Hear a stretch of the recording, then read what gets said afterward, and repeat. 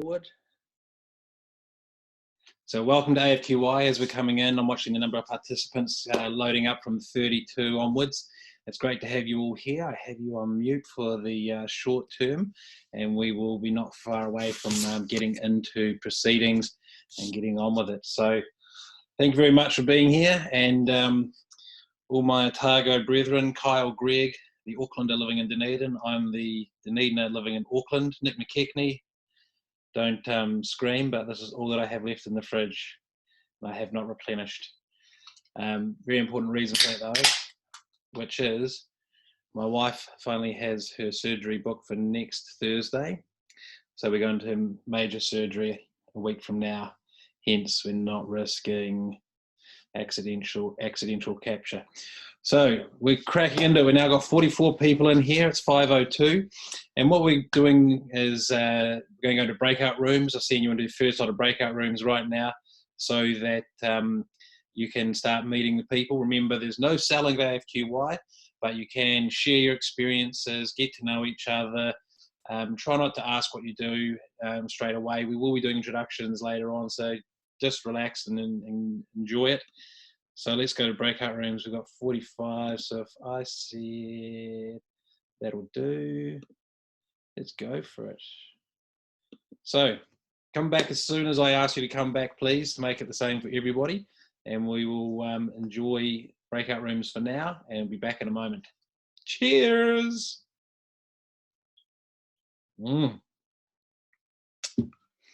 Okay. So those of you who are coming in, we are just sending everybody off into breakout rooms now. So there should be a breakout room request if you can join that. Okay. And anybody who is left will be stuck with me.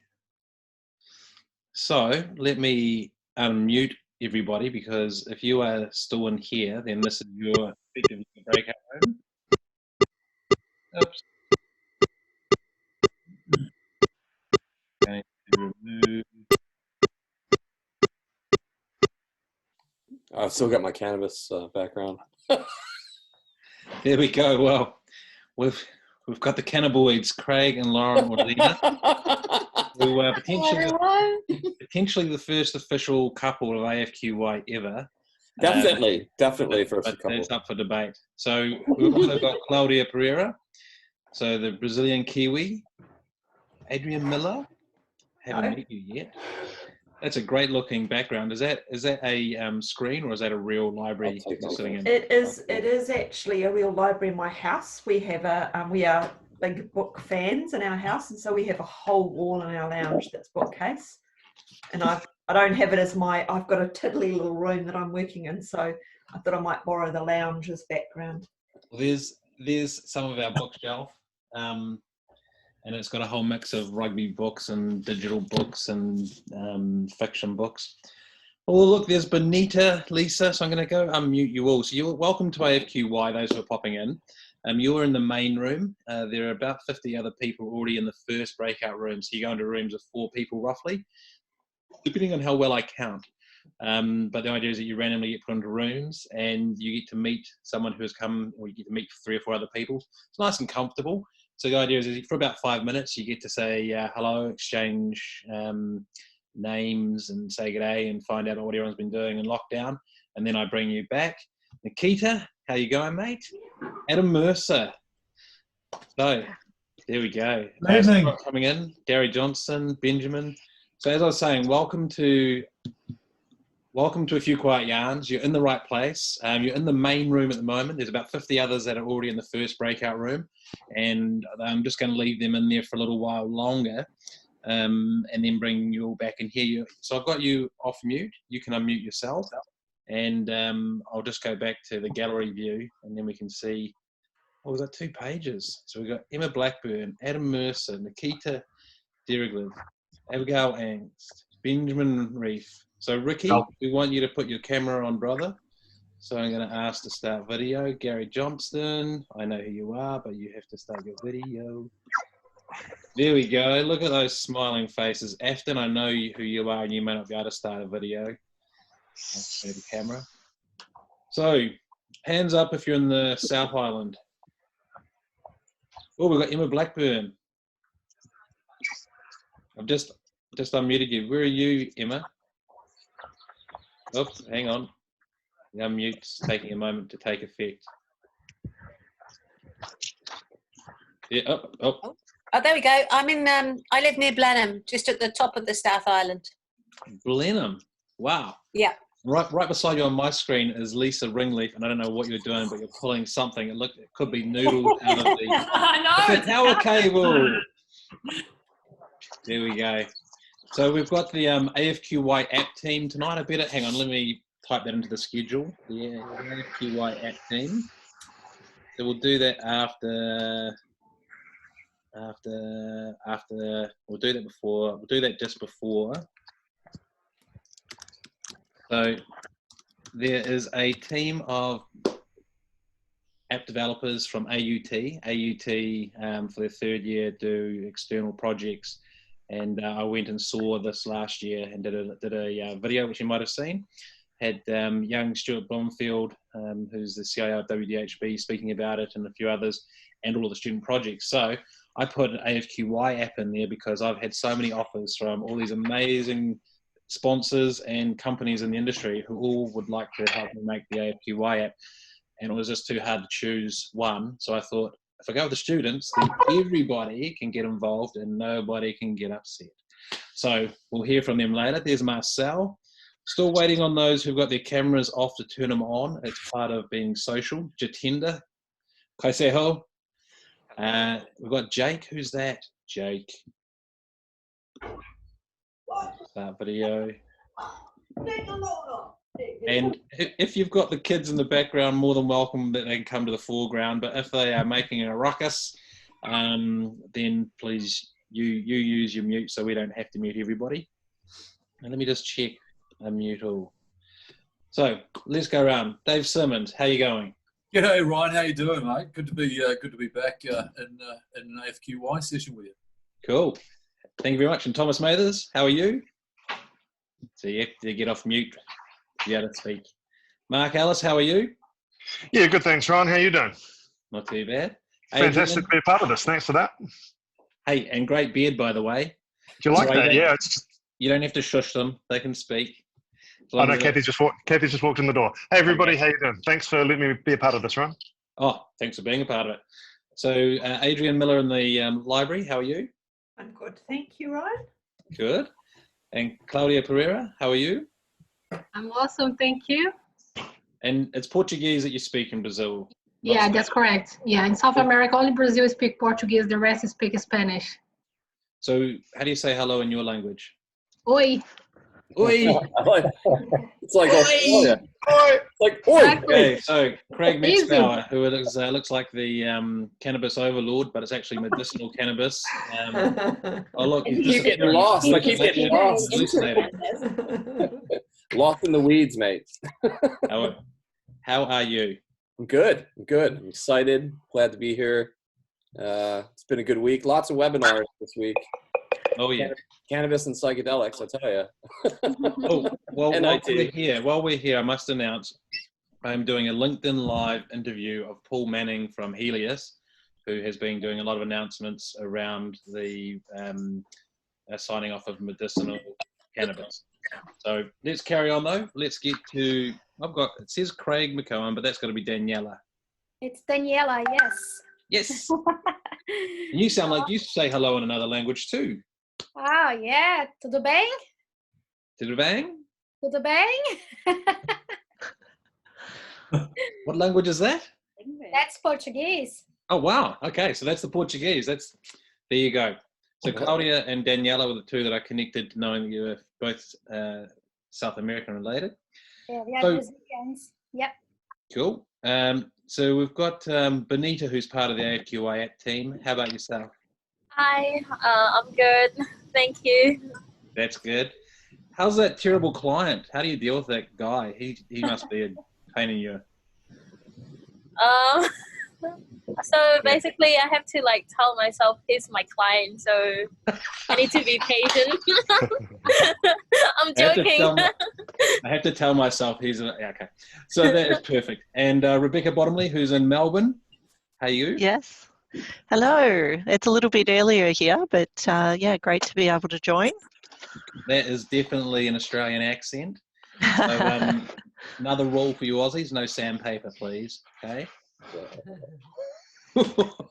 Hey, sorry. I'm a rugby player and a softball player. I wasn't actually a cricket player, so that's a bit of a cheap shot, and you're more than welcome to fire them back. This is AFQY. Oh, look, we've got another Ryan Raj. You better unmute yourself there. Let's just unmute everybody. There we go. How are you, Ryan? I'm good, thanks. How are you, Ryan? All right. I love the jersey, by the way. I'm going to have to ask you where you go shopping because I love those jerseys. And, well, winter's coming up. Have to get rugged up. All right, so what I'm going to do is end the breakout room and bring everybody back. So bear with me. Oh, hang on. I pressed end meeting. Cancel that. Go to breakout rooms and end breakout rooms. Okay. Close all. Here we go. So you'll watch the people coming in and it'll tick over. They've got 56 seconds, but I ask that when you get the call up to try and cease conversation and come flying back in. There's John Foote from Otago. Yeah. Right beside Melissa Shaw from Otago. Yeah. Okay, so we'll just let everyone come back in. You can see the participants ticking over as they pop up. There's Joe Fair, Vincent Villiard. Oh, Vincent, do you notice what I'm wearing?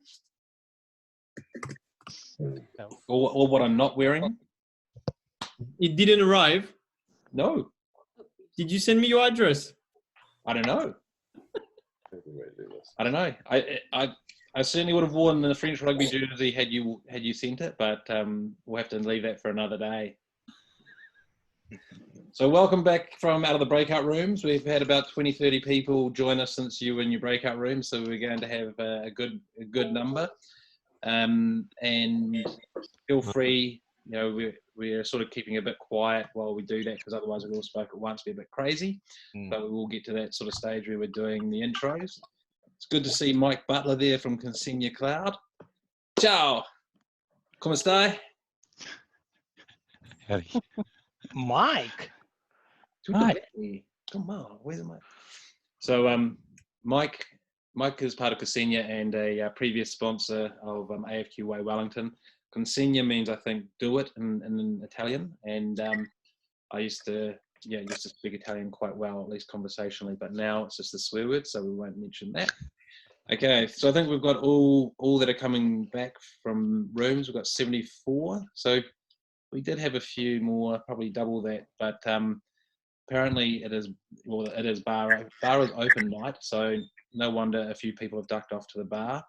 They announced that after we announced AFQY on this evening, so I couldn't really help it because we're already booked in our calendars for now. So thanks for your understanding. So without further ado, there's Zane Calbrick. Neil Forster's on.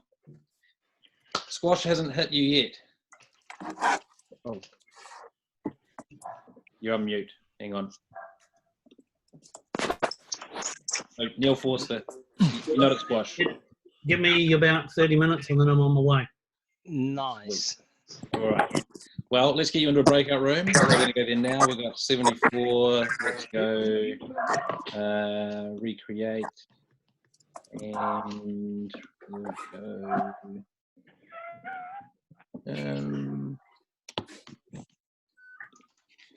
All right. See you soon. See you in 5 minutes, people. See you. So if there's 80 people, divide by 10 is 8. Divide by 20 would have been 4. 25, 30, 50. Grand Olive! Yeah, I know. My counting is atrocious. Okay.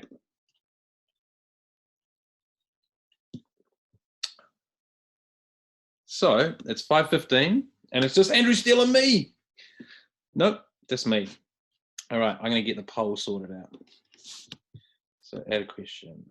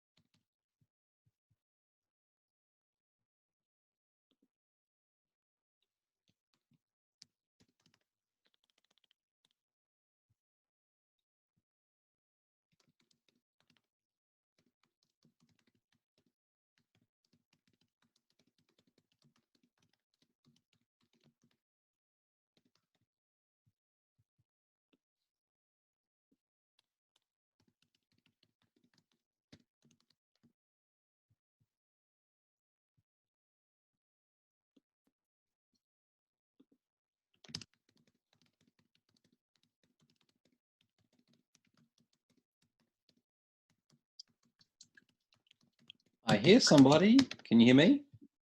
Hey, can you hear me? Yeah, I can hear you. I'm just setting up the poll, so I can't see at the moment. Okay. Who's that? It's Kirsty. Oh, hello. Hey, how are you doing? Very good. I'm just doing my first poll. Oh, yeah. So you're so running it a bit differently this week? Yes, yes. So I'm going to go save. Now, if I go... So if I come back to you... Oh, and there's AJ. So where's the poll? How do I make the poll appear? Okay, I can't see the back end, so I have no idea what you're talking about. Oh, there we go. If you click on poll, click on poll at the bottom. Oh, launch poll, it says. Okay, hang on. Where's that? Oh, yeah, here. Oh, it's got a time poll in progress. Oh, hang on. Shit. Do you want me to answer the questions? Yeah, but I don't know how long the poll in progress goes. I might have to redo the whole thing. Oh, okay. So do you want us to leave it? So if I go end poll, what happens? Oh, I can relaunch it later. Okay, that's sweet. Okay. Stuart Little, Oksana Metz. AJ, turn off your mic, man. I mean, turn on your mic. Hang on. Unmute all. I'll be there shortly. All right, brother. Yeah, it wasn't allowing me to turn on my mic. I unmuted everybody. So Oksana, Kurti, hey. Oksana, AJ, hi. Oksana, Kurti, hi. AJ, Ryan. Hi, everyone. And Stuart's there. Hey, are you going to put your camera on? Hang on, mate. It's one of the rules of Fight Club. There we go. I'm here. Awesome. Are we in the breakout rooms or? No, I think we're just waiting for people to log in. 74 people in breakout rooms. In the meantime, I just set up the first poll ever. Okay. And what we do, you're larger than life on my 65-inch TV. Can't stay long, hubby is working. Hi Ryan, thanks so much for arranging. I do apologise. The Oz vendors have set up a good couple of catch-up this evening, so need to hop on one of those. That's all good. I'm just reading the messages that people have popped in, and while I'm there, so talk amongst yourself. I'll shut up and I'll just do a few organisational things. This is your breakout room. This is our breakout room. Cool. Yeah, that's good. Good start. Okay, I will start. Go on. Hi, everyone. My name is AJ, working for Southern Cross, a founder for my entity. It's called Captrum Limited, and I volunteer for an international social community. It's called Internations. And my role is the Auckland Community Ambassador. Oh, nice. What are they doing? It's just connecting global minds, as an expats worldwide. So we are near 4 million members. Wow. And around 420 cities. And I am representing the Auckland community. So most of the expats, even if you are New Zealander and you are traveling, you will be an expat somewhere. So it's it will give you the easiest way, to join the community instead of searching for the tips. So you can just be a member, download the app. Let's say you travel to Madrid, you will switch your community to Madrid and you can access the ambassadors like me or the other members. So you can just quickly see the events. You can go to the bars or whatever social events they have. So it's a good way. Yep. So just want to make sure everyone keeps it quick and shares the airtime. Okay, so we could end up otherwise everyone else misses out. No offense to AJ, because we can always come back to it. But we've got to keep it zippy, or I'll be cutting off. We're actually going to be doing the introductions. We're going to be doing the introductions later in the night. So this is not about introductions. This is just quickly. Hi, I'm Ryan. Okay. I'm on West Auckland. What are you up to? So it's just a bit more quicker at the breakout rooms, okay? Cool. Sweet. Cool. Okay, well, I'm Kurti. I'm the Chief Digital and Innovation Officer at Rhines. I've kind of been part of this, I think, for a few months now, maybe a bit longer. So, yeah, that's a bit about me. Nice. That's really short. Oh, nice. Well, he said short and snappy, so that's short and snappy. That's the thing. So you all get to have a little go because I'm going to pull everyone in again in a second. Exactly. So we need to really get it going. Okay. So I don't know how many people do we have, but my name is Oksana. I am within the IT recruitment. So hear about me. Here we go. And Diramid? Hang on, let's. Oh, we can't hear you. Yeah, everyone's Yes, on mute. clearly technology challenged. Yeah. No, that's not the case, Dermot. I'm an independent service architect, so I contract for different organisations, just helping them sort out people, process and tools. I've been around in the industry for about just over 20. Nice. Sweet. And JKP.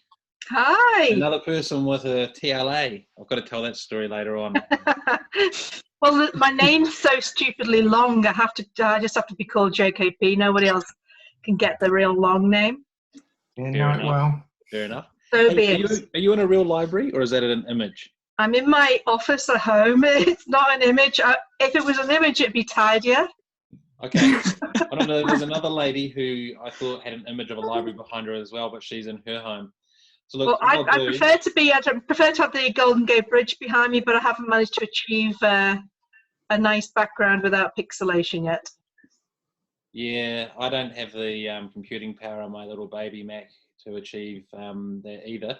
So I'm just pulling everyone out of breakout rooms because we're getting up to 5:30, and they've been invited to come back out. They've got 60 seconds, but I asked that everyone comes back out as soon as possible, because then we're not waiting a whole minute just for people to come out of a room. But for those who are just new, welcome to AFQY. This is the main room. We've just brought everybody back out of, or invited them to come out of the breakout room. So you'll see the number of participants tick up a lot faster. And just bear with us. We'll do another breakout room before the official 5:30 welcome, kickoff and start. And we'll see how we're going at that point. So, oh, look at that Blues jersey, Kevin Williamson. Terrible stuff. Hey, Nikki.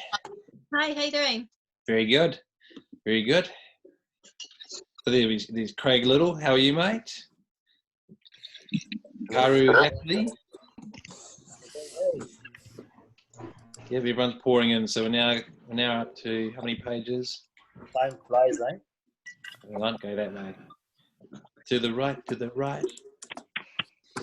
Oh, look, it's Alan Nahmiah in his AFQY t-shirt. Best shirt ever, man. How are you, brother? Very good, very good. And look, you're a Fortnite superhero. Yeah, well, my son does a better job, but hey, any background I can find. Awesome. Who else have we got in there? So now, oh, there we go. There's Liam McAteer. Liam McAteer. So Liam is the technical lead on the AFQY app team. We'll get to them later. Jessica Dong. Jeff Nijus. I mute everybody. So Jeff, I had apologies from Melissa Bayer. I mean, it's ironic you've got to go all the way around the world to meet in New Zealand on an online Zoom meeting or AFQY. Right on. But I connected these two in one of the posts. Melissa Bayer from Christchurch and Jeff from Auckland. I connected them in one of the posts because they both have blockchain backgrounds.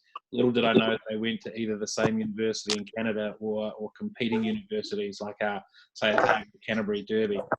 So hey, I think we've got everyone back in here. So just let's keep moving because we want to kick off. We'll delay our 5:30 official kickoff to send you all into one last breakout room. So the idea of a breakout room is that you just keep your commentary short. So we're doing the official introductions I talked about at the back end. So in the breakout room, it's just a quick, yeah, g'day, I'm Ryan. I'm from AFQY. I'm in lockdown in Territory South.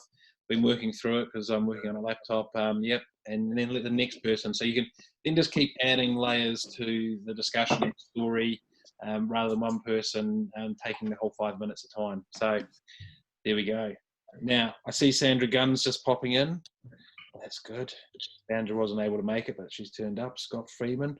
So I'm going to put you back into break. Oh, and when we come out of breakout rooms, there's a poll, but I'll launch that when we get out of breakout rooms. So let's go into breakout rooms, and I'm going to recreate, and we're going to go for 20, which should make 4 per person. Boom.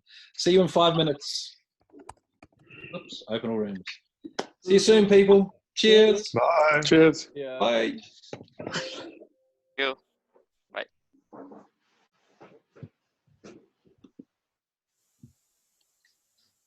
And then there were us.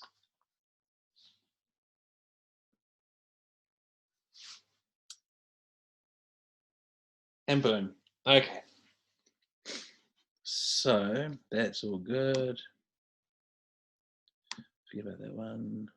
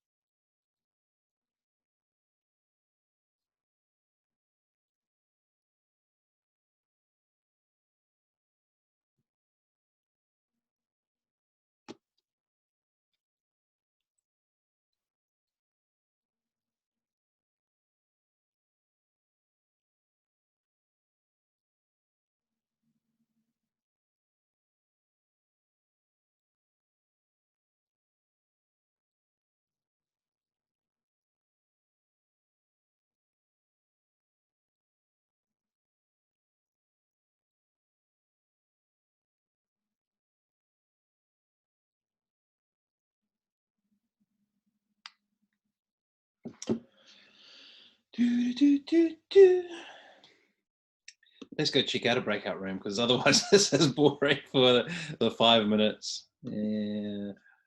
So who am I going to go and say hello to? Who am I going to go and say hello to? In Auckland, we need the water. Oh, here's Ryan. So everyone keep quiet. Everyone keep quiet. Ryan's turned up. I thought I would. Oh, shut up.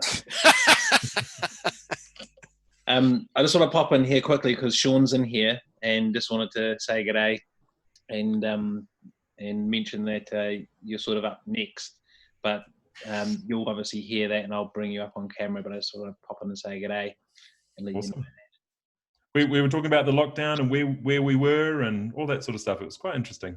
Yeah. Well, you're in Waiheke, aren't you? If you spin it round, have you got a view for us? I haven't right now because I've returned to Ponsonby. We've got the office opening on Monday. Oh, wow. Okay. Yeah. We'll have to pop up into the office. Well, hang on. I better be careful before I say that. My wife has major surgery on Thursday next, so we are staying away from everybody just in case. Yeah. Good plan. Yeah. Good plan. Yeah. Anyway, I'll pop out and leave you to carry on. I'll give you a few more minutes before I probably run out. Thanks, Ryan. The main room. The main. There's Hermione, Olivia. Yes. So sorry, I was in a breakout room. What's it like? When you come in here and I'm not here because I'm in the breakout room? What was that like? Just like this minus you. Oh, okay. Olivia. Hello. You've got to start your video, Alan. But just so we have our video on so we can talk. Hi. Hey yo. Pardon me. And Alan, are you there, buddy? I am indeed. Oh, there we go. And Jeff Tribble. And with the TV on them in the background. So if you're going to have it off mute, you've got to have the TV off. Unless it's the Otago rugby team replay beating Waikato in the 1988 final of the NPC. Somehow I don't think it is that, Ryan. Nah, fair enough. That's all right. And there we go. That seems almost automated, robot-like there, Jeff. Was that right? Yeah, that's better, isn't it? It is. Yeah, it's one of those old CC3000 Logitech cameras. I think they were Carl Zeiss ones, weren't they? I don't know. We can see you pretty well. So yeah, lights up. But it was just interesting to see it go. Yeah, look, it even comes with the remote. Oh. Well, that's a good test of technology. If it doesn't have a remote, it's just not happening. Oh, absolutely. Yeah. So everyone's in a breakout room at the moment, and I'm just about to pull them back in for the official welcome. So you lot feel free to say hello. Gemma there will look after you. She's a bit of an AFQY. Well, actually, you all are. I did drop into the cafe this morning, but nobody there. Yeah, that was me. Sorry about that. That's right. Oh, good. Jansen, all the way from Christchurch. So unmute yourself. Feel free to talk. You don't have to sort of wait for me to do anything. I'm just checking my schedule. Well, hi, everyone. I've met a couple of you before. Jeff, we met last time, and Gemma at a live event in Auckland. So the only one I haven't met is Livia. Is that Hello. Livia? Yes, Hi there. me. Hi. Sorry. No, that's okay. I'm mentoring the AUT team who's doing the app for AFQY. Oh, cool. So you're at least up here in the big smoke. I am, yeah. Okay. We've got Jeff there. So Jeff, I'll ask you to start your camera as well. And Andrea, I've sent you a couple of requests to start your video. If you can start your video too, please. This is AFQY. You have to be social, you have to be present, or I can cut you off. Or you can let me know you don't have a camera. But you have to be active. Yeah, actually, I had an issue the other day. My personal laptop was on my desk, and when the sun when the sun came up, the camera died. So that has to go back to the repair shop. Oh dear. All cameras are getting a bit of a workout. So Andrea Martin, you're the last person. I'm just trying to get your attention here. If you can start your video, we'll unmute you at least. We need to know that you're a real person. Oops. Andrea, are you there, please? Yeah. There you go. No, you can't. Yeah, no. That's Just right. had We some can see the top of technical your head. issues there, but That's all right. Okay, so I'm going to bring everybody out of the breakout rooms. So just bear with me now, and we'll get things underway. We're only 5 minutes behind schedule, which is not that AFQY. But we're going to stay on schedule because this is AFQY. Anyway, so you'll see everyone populated as we. Yep, there we go. There's Ricky Marangi. Don't forget to turn your cameras on, Ricky. So yep. So yep. There we go. So people have been invited back from the breakout room, so we're going to see 80 people tip back into the view here, which is great. And I'm going to go full screen, see how many people we get in there. There we go. Look at that. I love this bit because the screen just goes pop, pop, pop, pop, pop, pop, pop. We now got two screens. Dale Pierce. Oh, Dandon, Angela, Alan, Anthony McMahon, AJ, right, Kurtie, Dave Simmons, Sven, Bonita, Lisa, Vincent. So we're just bringing everybody out of the rooms. We're about to get officially kicked off. If you haven't got your camera on, I would invite you to turn your camera on, and we will get to the point where I start muting and unmuting everyone and muting speakers as I bring them on. Mark Leslie, that is a great background. Let's just hang on. It's been the subject of conversation in every single breakout room. Oh, that is Pink Floyd. And it's real. It's not a Zoom background. It's real. Yeah. All right. Okay. I thought our background was good. This guy. Oh, Craig, you can't help it, can you? Okay. So if I can grab everyone's attention, medicinal. and I'm going to just stick you on mute so we don't have to hear too much more about Craig's cannabis growing. Medicinal. You wait till you see what's behind here. It's medicinal, I promise. No, just kidding. Now, hang on, I've got myself caught up. Okay, there we go. So now I can go mute all. Continue. Okay, so now I've made you all quiet. My apologies. However, what I'd like to do is welcome you all officially to AFQY. AFQY, A Few Quiet Yarns. So A Few Quiet Yarns has actually been running for 12 years as an in-person event. For those of you who are coming to this online for your first time, AFQY has been in person for over 12 years. So of course, COVID-19 caused us to pivot and go online. In fact, Angela Campbell, who is here, is actually the cause of us going online. Initially, when COVID came about, I just cancelled and decided we wouldn't do them for a little while. And Angela chucked in a comment saying, well, if there's, you can come and meet me online. I went, oh, I should probably do that. So I have to say thank you to Angela for pushing me, because I was just going to focus a little bit internally. But of course, we would have missed out. I would have missed out on all the fun that we've been having with the AFQYs. So we did also launch a variation of AFQY. So tonight is more like the original. There were no speakers. And part of that is that I used to be involved in running the CIO Summit, predominantly on the sponsorship sales side, but also in the back-end operations. And I complained so much about the fact that we did paper feedback forms back in 2008, 2009, and it was the biggest tech event and it should be digital. So, of course, they went, Ryan, here's all the paperwork. You can do the data entry.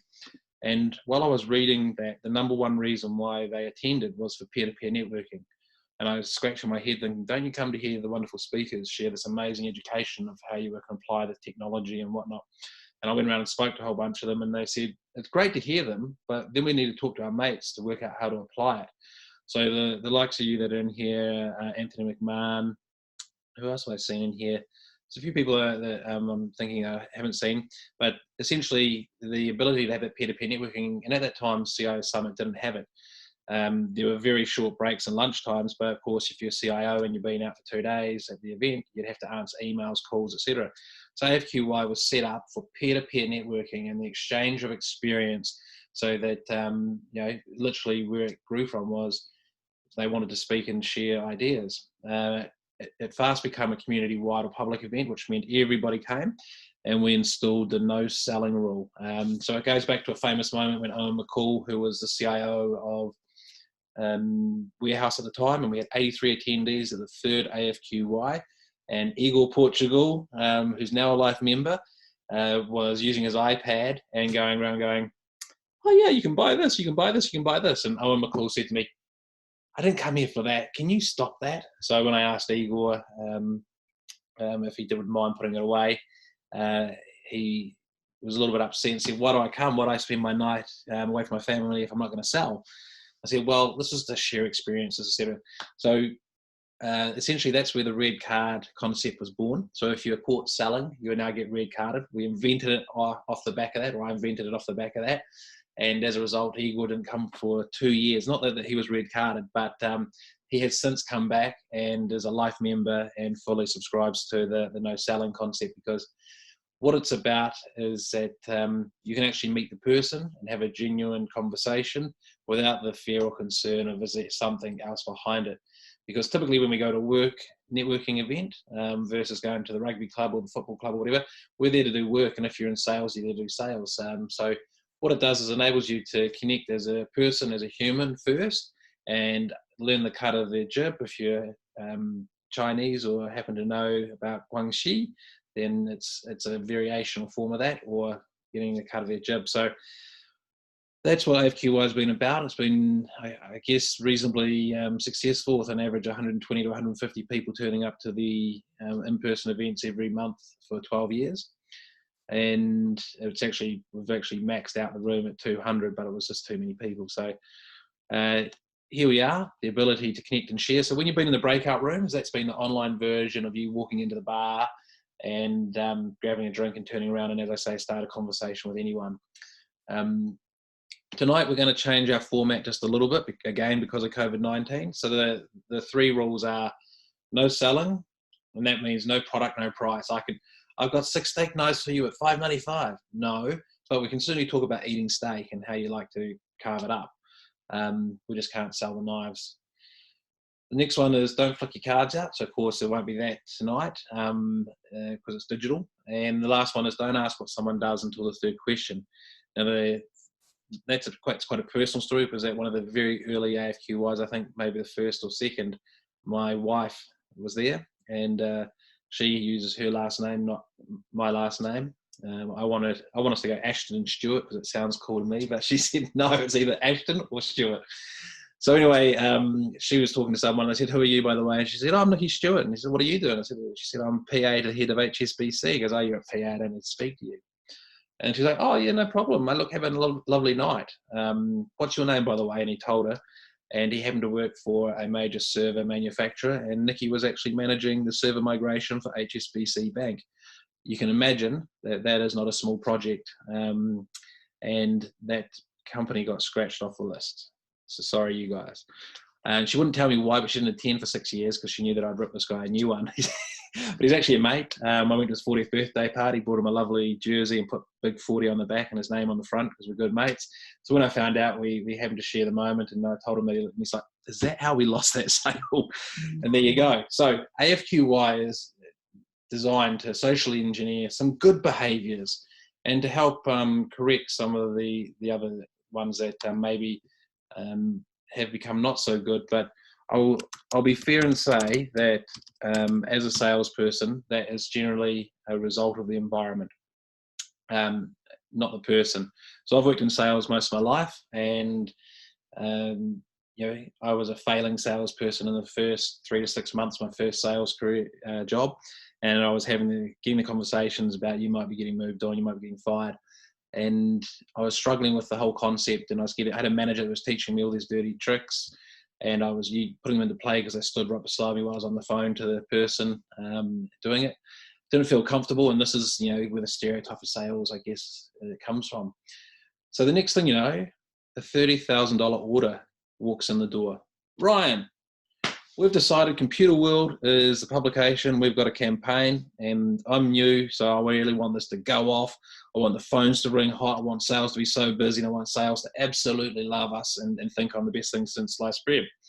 Now, the marketing manager, who is now working in technology, used to run a camper van site, and before that was the marketing manager for Colgate. Had no idea about tech. So first of all, I said, could have taken a $30K order, right? Save my life, save my bacon. And first thing I said was, well, first of all, print's not going to make the phones ring hot. And I said, by the way, what are you trying to sell? And see, Neil, and they said, oh, we want to promote Salesforce. It's the new thing. This is 2007, by the way, 2007. It's the new CRM. It's the amazing CRM. It'll make sales come flying in the door, and the sales team think it's amazing, and then it'll sell. And 2007, you remember, was when cloud computing was just sort of starting, and every IT team and manager was fearful that cloud was going to replace their jobs, or a portion of it.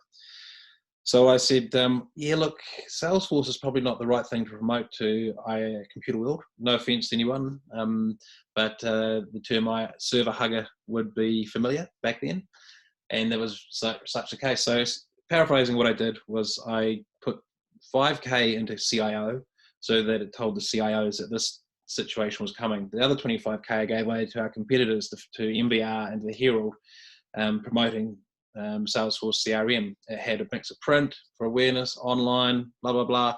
But what happened is they had 147 downloads, which was 147 leads, which turned into 60 meetings and over 20 sales.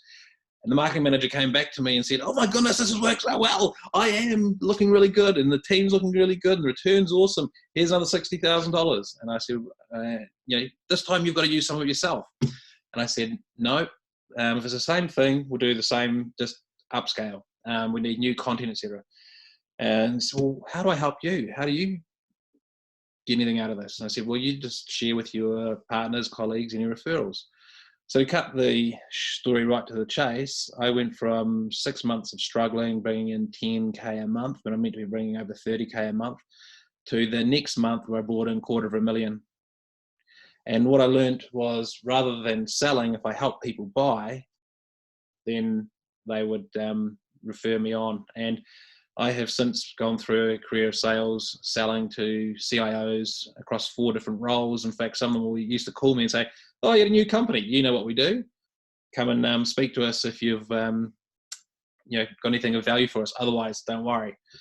So that's that, and a whole bunch of, I guess, stories on the other side. And let's be fair, we can balance it with stories of the pain of the sellers as well. So the idea of AFQY, as I've said, and this brings it to a head, is you get to meet the person, understand who they are, and then work out whether you'd like to work with them. So the old rule of not giving out your card, the idea was that if someone asked for it, you could decide after having a yarn with them, you think, yeah, something's not quite right there. I'll just say I've run out of cards.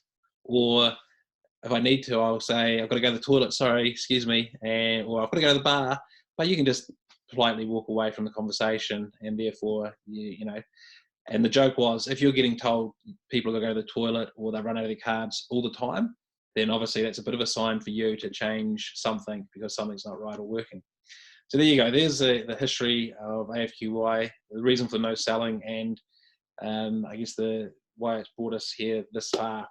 So now I've done that and given you that rundown understanding, just quickly we're going to first of all get Sean Mitchell from Tech Day, the creator of the IT Reboot that's been happening all day.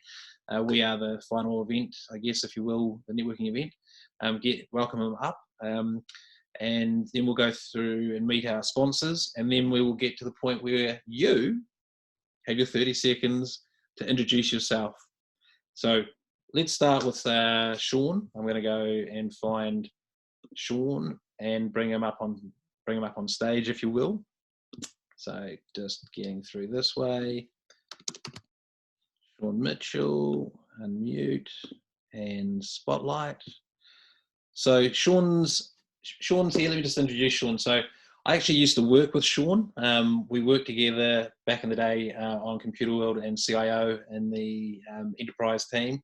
And that was a fantastic introduction. Sean helped me immensely with his experience, and has since gone on to start his own business, Tech Day. I don't know how many Kiwis you've employed since that started, how many publications and brands and ideas. But Sean has always been a great ideas person, and also an immaculate executor of those ideas. Hence, today was the IT Reboot, and I think when he started, he'll tell you himself what he thought of his worries, like anyone would with a new idea. But I think it got up to 270, 300 exhibitors, a whole bunch of shows, videos, etc. So without stealing too much more of his thunder, Sean, over to you. Share us the story of the IT Reboot and what you've been up to and how it's going. Thank you, Ryan. Yeah, it's been such an interesting time, and I was locked down on Waiheke, actually. I had the privilege of being there, and I'm a coder, so I can code in Python and lots of different languages. And yeah, about partway through the lockdown, I had this crazy idea of getting into a sort of virtual event to help everybody reboot, get sales, create opportunities, connect with new people. And I came up with the idea of the New Zealand IT Reboot. And I have to give Ryan some credit, because a whole pile of people said, you're going to embarrass yourself. Don't do it. It's a stupid idea. People will be coming out of lockdown at the same time as you're trying to have this event. Don't do it. You'll embarrass yourself. And Ryan was super positive, and a couple of other people sort of gave me the courage to get on with it. And one of the things that I found, and I'm open to anybody chatting with me about the idea of virtual events. If you've had a physical event and you want to move it virtual, I'm happy to help you with all the experiences and the mistakes I've made. But in this one, it's about the IT industry. And so far, we've signed up 276 exhibitors. These are companies like IBM and Microsoft, and really a lot of big names. Quite a few people today have set up their businesses as exhibitors, and I appreciate that. especially right back at the beginning when it was a silly idea and I was nervous about doing it. You know, just those first few people that gave me the push. And today, amazingly, we cracked 20,000 registered visitors have put their email address in and entered the event. So an incredible number for, you know, maybe there's about 40,000 people that work in the local IT industry. So yeah, pretty much half of everybody has gone into this event over the last couple of weeks. And literally this has happened in the last 3 weeks. The website went live 3 weeks ago. So it's really turned from idea to something in a very, very short period of time. I would say the biggest challenge I had is it's very easy to create a website, but it's very hard to make a virtual event. And Ryan knows that well, but he has, you know, learned how to do it with these breakout rooms and Zoom. So somehow it's all about these live sessions. We've actually had 36 live sessions so far, and we have 24 to go. So we're sort of just over halfway, and it's been an awesome experience. I encourage anyone to check out the IT Reboot website. It's totally not for profit. This is not a selling thing. And I really appreciate Ryan for giving me that last push at the beginning, which I needed to get on with it. My pleasure, mate. And I think the kudos is all to you. So thank you for inviting AFQY to be part of it. And you know, I think from things like John Key did a a keynote for the WestCon event that was part of it a few days earlier, and I believe you've got a few more to come from what you've said. And is everything recorded and will be up for what viewing at another stage? Yeah, 100%. We've been recording everything. You know, this experience with Zoom is crazy. It is about creating amazing video content. So yes, everything's recorded, and we're in the process of getting all the videos uploaded and named and out to people. Brilliant. Well, just as we finish off, I'm just flicking through the 6 screens of people while we're talking, which is part of the magic of Zoom, is the ability to see everybody. Now, I only have a small screen. I've got a 50-inch TV that I haven't hooked up, but that's going into our bedroom for my wife's recovery. She's having major surgery a week from now, which I mentioned on the first call. So what I'd like to do is I'll take everybody off mute, because what we do usually with the end of a speaker is give them a round of applause, just like you would at an event when they finish speaking. So a round of applause for Sean and the creation of the IT Reboot from everybody. Let's give them a heap. Thank you very much. Well done, Sean. Awesome. Okay. So now what I'd like to do is bring up our sponsors, and let me get you all back on to mute. There we go. So I just muted you all again. Actually, what I'm going to do, just so that we don't have it all chunked together, I'm going to split up the sponsors from Sean and the app and whatnot. So I'll put you all into a breakout room, then we'll come back and meet the sponsors. So you can have a bit of a chat about whether you've been at IT Reboot, what sessions you saw, what you liked, what you might want to go and check out. But let's go and put you in breakout rooms. I'll give you a holler in 5 minutes. So let's go recreate and go 17. There we go. See you soon. See you in 5.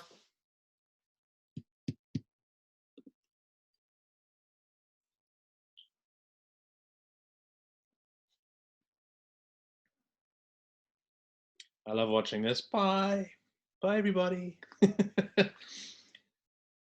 And we have Thomas Curtis, Adrian Miller.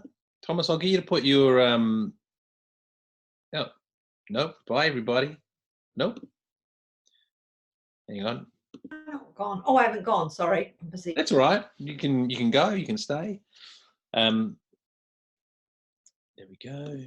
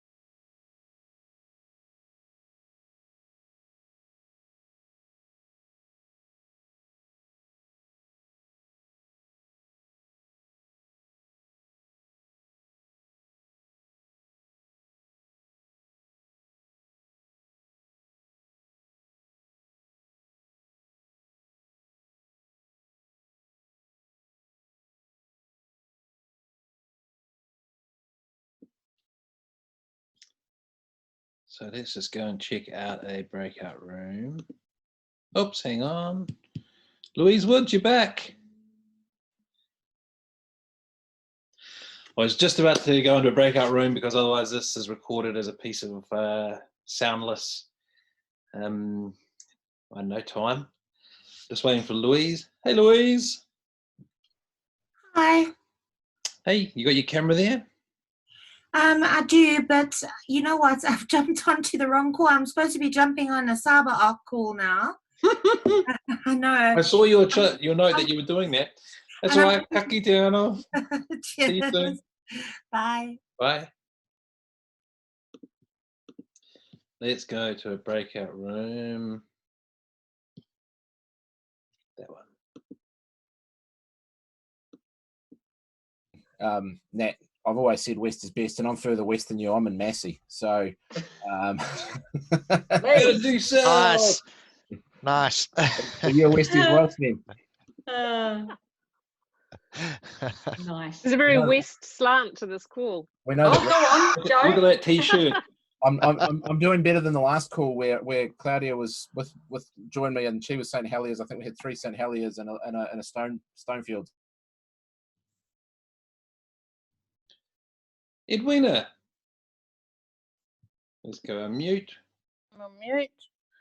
Niha, Marty, pop on your cameras, team. This is the main room. I've just been in the breakout rooms that people are in at the moment. Oh, okay.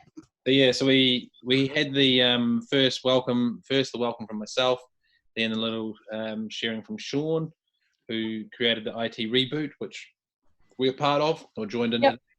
And then breakout room, just so it's not all like speaker heavy. And we're having the sponsors. So Niha, are you there? You're more than welcome to join us. We want to know that you're a real person behind there.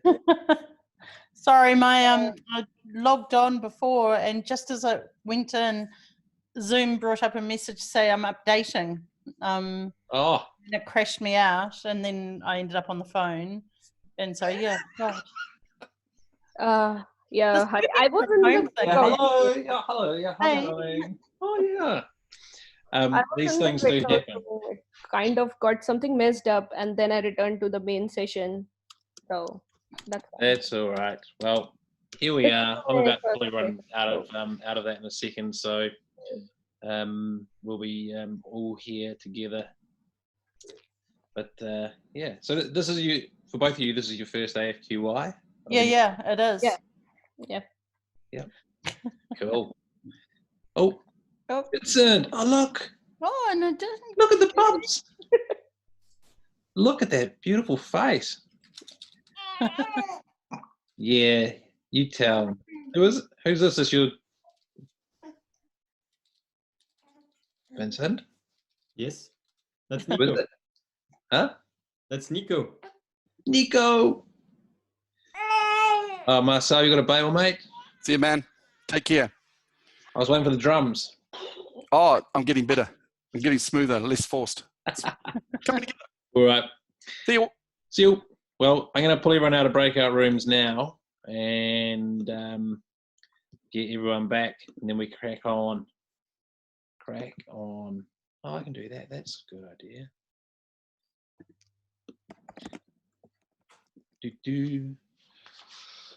So, yeah, we should start seeing everyone populate back in, and we're going to speak with our sponsors, partners. Liam, Tanya, Vincent, Chris Dyer, Alvin Yeo. Hey, Alvin's in. Cool. Good to see you, Alvin. Alison Marshall from WinTech. Oh, look at that. And we've got Craig Liddell, Daniela, MD. I recognise you. But you're yep. Angela Anderson. Yeah. Yeah. Emma Blackburn. Steve Smith. Don't ask me why I'm blurred, mate. Ooh, I got some reverberation. It must just be getting into hyperspace. Yep. Everyone's going back in. Brilliant. And Rachel Lee, Benita Pryor. Okay, Ben Stevens, you're here. Sven. we need to find your partners in crime, Amy, Scott, and Oli Mai. So there you go. Oh, Jen for Hall. Hey, Ben. That wasn't Oh, Jennifer hey, Hall. Unless Jennifer has started the voice trainings. Graham Barker. Hey, welcome back. Nick McKechnie. That looks like a good. I see Mark Denver's trying to imitate me. You've got a wee way to go there, Mark. Where's Mark Denver? Oh, hang on. Let me go to participants and unmute all. So now, no, I haven't muted you. Oh, no, there we go. It's unmuted. Yeah, you did. I couldn't change it. Natalie, you should. Mate, I haven't been on Natalie. I'm not going to sing tonight, Ryan. You said you'd be here with bells on. So I need to finish my bottle of wine first. That's all right. We can do that. I've got my spate substitute and an Fish, Matt. You recruited. Need a fish in the background, not a line. That for Ryan. So it's all that's in the fridge, unless I crack open bottles of brandy or bottles of red. And oh, who's that? Yeah. I've always got steaks in the fridge. What's the story? Jacques. I know. I'm sorry. That's Melissa Short. Sorry, that's Mark. Okay, Hot Hillary Walton's there. How's Thomas? Hi. I'm good. Yep. How's Thomas? He hasn't told you to get off yet? You can have one of these. I'll have one. Nope. Okay, so I think we're all there, right? Just flicking through, checking all the screens.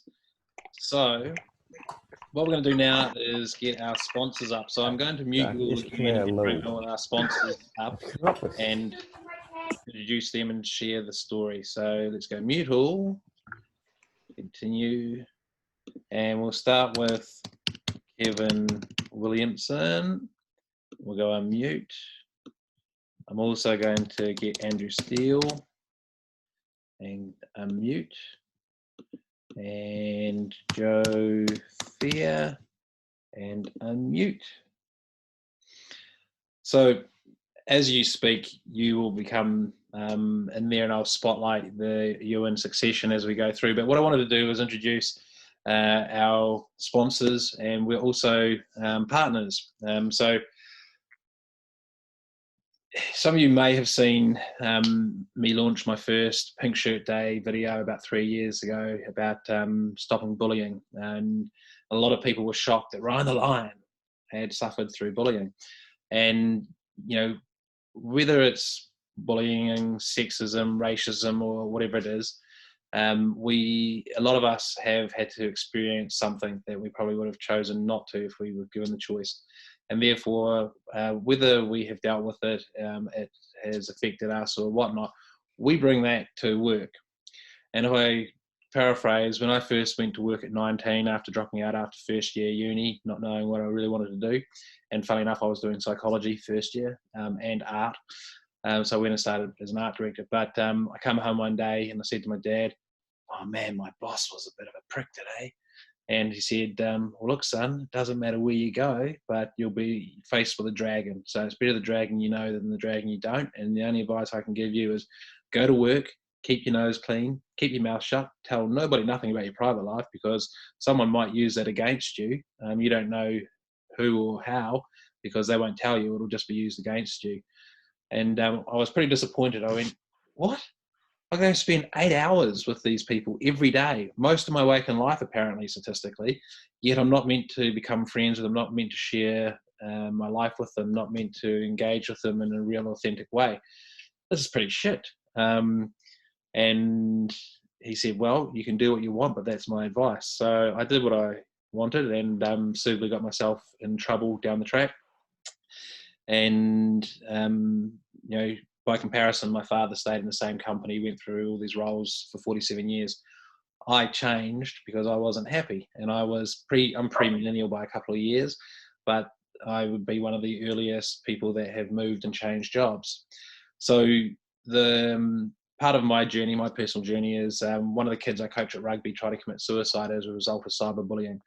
And at age 37, it sent me into a bit of a rage, and I went, fuck it, I've got to do something about my problem, because I still live with it in my head. It happened years ago, and actually it still was happening. I was getting bullied at situations at work. So as a result of doing that research, I discovered that because I went through it a lot, I actually was playing a victim. And playing a victim, I attracted the bullying. And you may have experienced this yourself, when someone, whether you know them or don't know them, tends to be weak or annoying or whatever, they get on your nerves, and you sort of want to go, oh, for crying out loud, Ryan, just, that is an example of that person playing the victim, if you will, or being weak, or whatever the case might be, so that it evokes that feeling in you. You want to tell them how to sort it out. Now, some of us do, some of us don't. There's all sorts of, haven't got time to go through it all, but part of my passion has always been around culture. I've worked in sales and marketing all my life, but people are my passion because of the pain I went through. And I would say that anybody out there who's been through some pain will have the passion in them, whether they're actively putting it to work to want to make a change and a difference. Also, you may not have been through the pain, but you may have witnessed or seen it or helped a friend through it, and therefore you've got that experience. So New Zealand has the highest rate of bullying in schools, and in one of the highest rates in the workplace around the world. That's shit. Also, one of the people I've interviewed, and is a good friend, is a survivor of child sexual abuse. 1 in 4 women and 1 in 6 men by the age of 15 in New Zealand has been sexually abused. Contrary, the global stats are something like 1 in 6 women, I don't know what the stats for men, but by the age of 18 have been sexually abused. So the stats in New Zealand are even worse, and it's something, so I don't even know what the stats are, but I'd say everybody who, let me be blunt and say, everybody who's not white or the dominant culture has probably been racially abused in some way, whether it's severe or not. You name it, whatever the ism is, you probably have experienced it. So I've always wanted to do something around culture and people, and therefore the team that we have tonight, let's get to them, because their stories all have an intricate part of this, is doing something about culture. So I'll just do a brief intro and then get Kevin to kick off, but we have Kevin Williamson from 480 Minutes, and they have built a SaaS product which literally can define a culture from at the top level and down into teams and interactions. So therefore, we can measure it. If we can't measure it, we can't manage it. Then we'll have Andrew Steele, who is a HR professional, from the days of Telecom being the HR director, Fonterra, corporate services manager and acting CEO of Genesis, but all with an HR background. So he helps change culture and work with people. And then on the end, if you think of it in succession, is Joe Fair, who will talk about what they do at Future Work.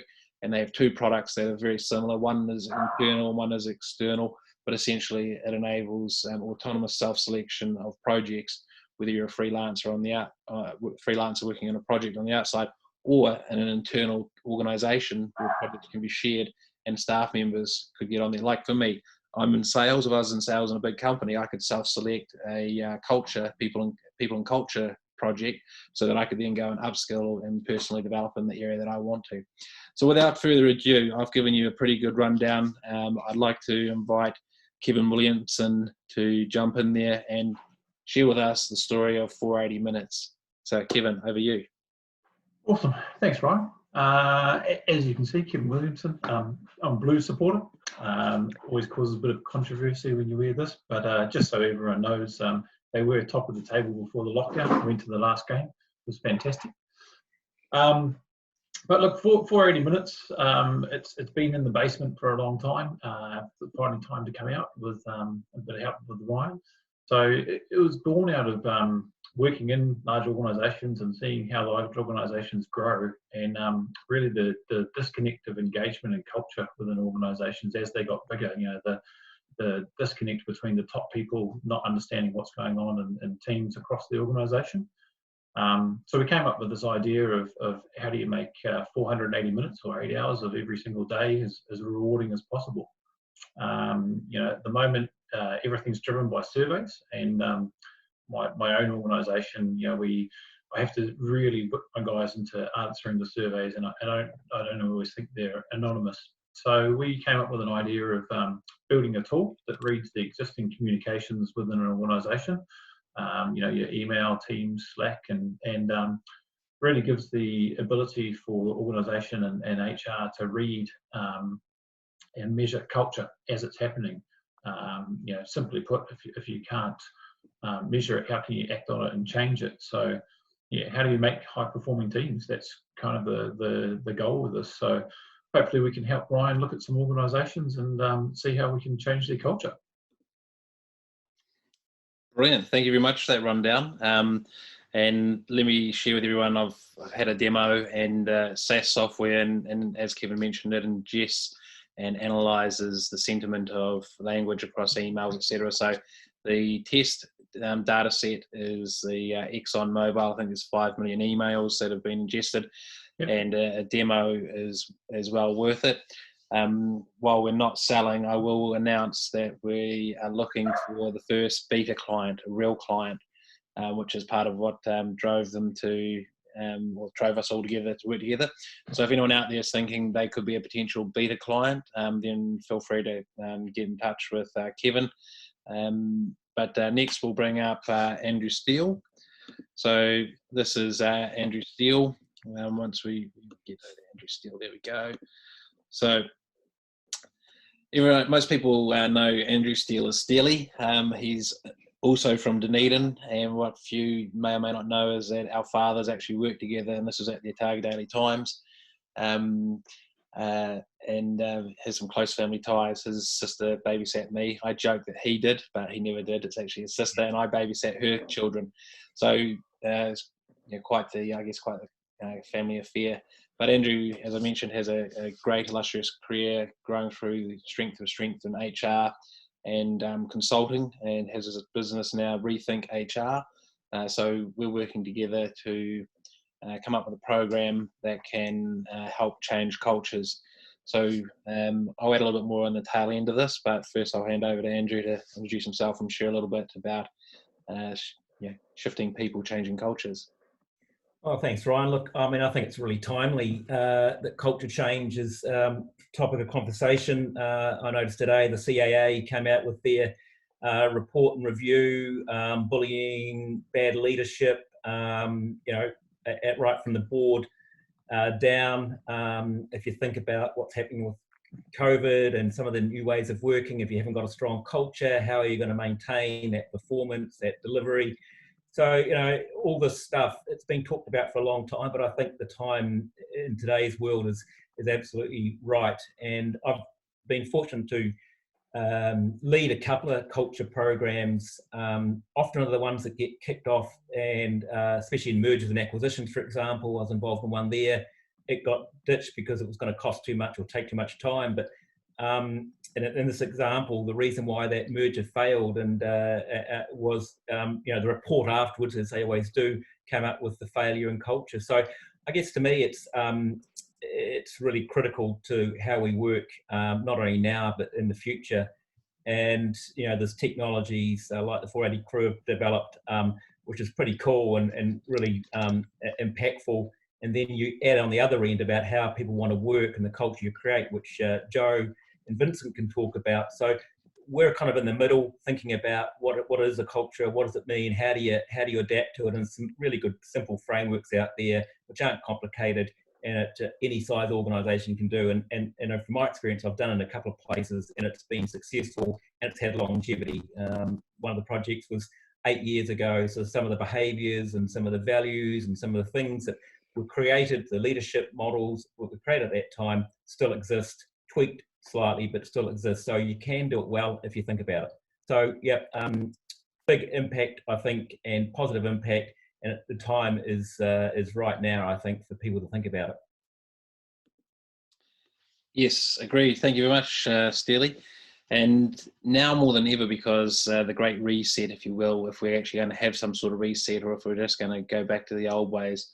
But let me tell you, there are plenty of people that I've spoken to, and as I've gone through my working life, and I would sit down in a meeting one-on-one, especially usually one-on-one, that's where you share the most and peel back the layers of the onion, and you'd share about personal stuff. I'd share, they'd share, I'd share, they'd share. It's amazing the number of people that have shared stories to me.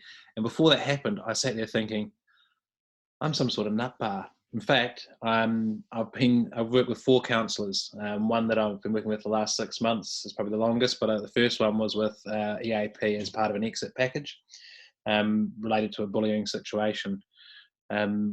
Share the detail on that another day, but essentially the point is I first walked into that session with a counsellor, and I had 5, there was 5, and I said to the lady, just walked in the door and said, hi, how you going? She said, good, what are you here for? And I said, well, before I tell you that, I just want to know one thing before I leave today. We've got an hour, but I want to know before I leave, am I fucked in the head? I'm this age, and this is happening all the time. It's just repeating. So what happened was she went through the process and broke down bullying to the Cartman triangle, which is the aggressor, the victim, and the saviour, and showed how that triangle worked.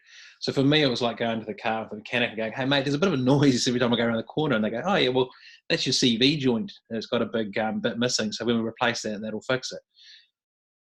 And this whole stigma of counselling went away. But the issue is, like has been mentioned by Steely in the CCA report or CAA report, whatever it was, the bullying rates are not changing. So let's move on to the third part of the piece. Now, this is Jo Fair, so I'm going to get Jo up and spotlight her and just introduce. So when we were on the first AFQY online, the day after COVID-19 lockdown level 4 started, just prior to that, Rod Snodgrass said to me, he said, you should do a couple of announcements and you should get Jo in there to talk about Scale. It's a tool where freelancers can get into sign up for work, and they're waiving their fees as they're part of helping. So projects can get put in, and freelancers can find it. Potentially, there's going to be a lot of freelancers because of lost jobs. That's just a fact, and that's how we met. So Jo has kindly announced that at the first, and since then we've got talking. So thank you very much, Rowdy Roddy Snodgrass. But I don't explain this one as well as Jo or Vincent, her business partner. But for me, the simple thing, the story I'll give you is my wife, when she worked in the bank, she would always get shoulder tapped for those internal projects.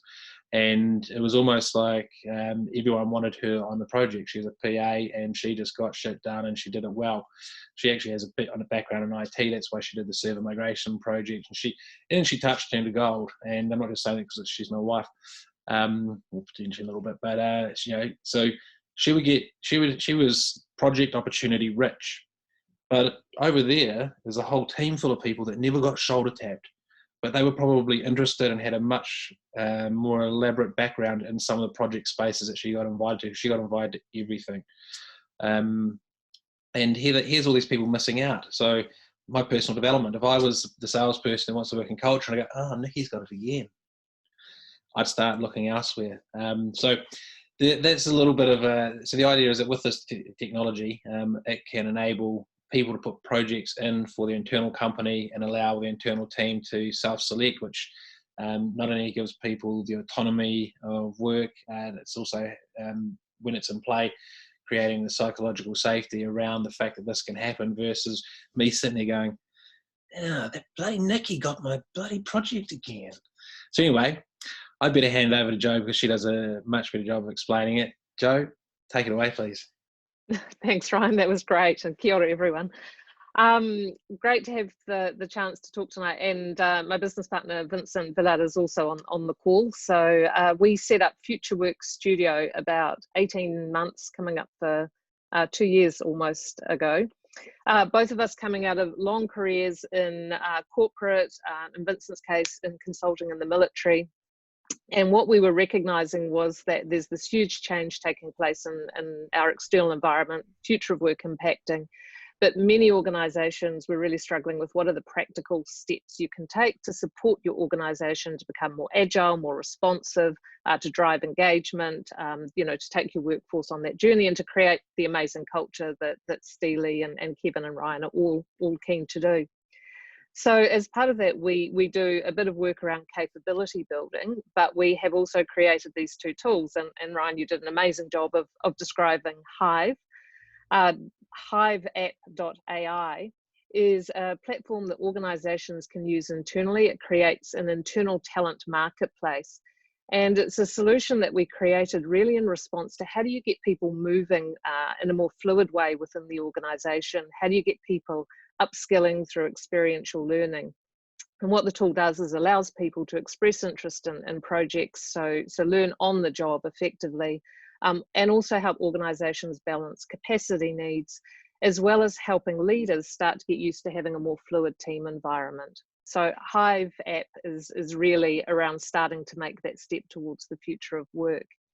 The complementary side to that, which is what I talked about in the first session, is scale.ai, so scale with a K.ai, which is also recognizing that for organizations to be really responsive and nimble and create that culture, there are certain skills that make most sense to bring in on demand to build the capability of the organization in a really focused way. So scale.ai is a curated platform effectively. It's about on-demand talent. And we're partnering with Ryan to start to build a real community around that. So any organizations that are on the call that are looking for particularly digital data or tech freelancers, but also more broadly over this period, because we recognize there'll be a number of people looking to utilize their skills. By entering AFQY, we'll start to identify and build out a wider community from this call. And equally, any freelancers or people who want to freelance or through circumstances in the current environment are trying a hand at freelancing can create a profile. Once again, select their AFQY, and we really want to make sure we're building that community.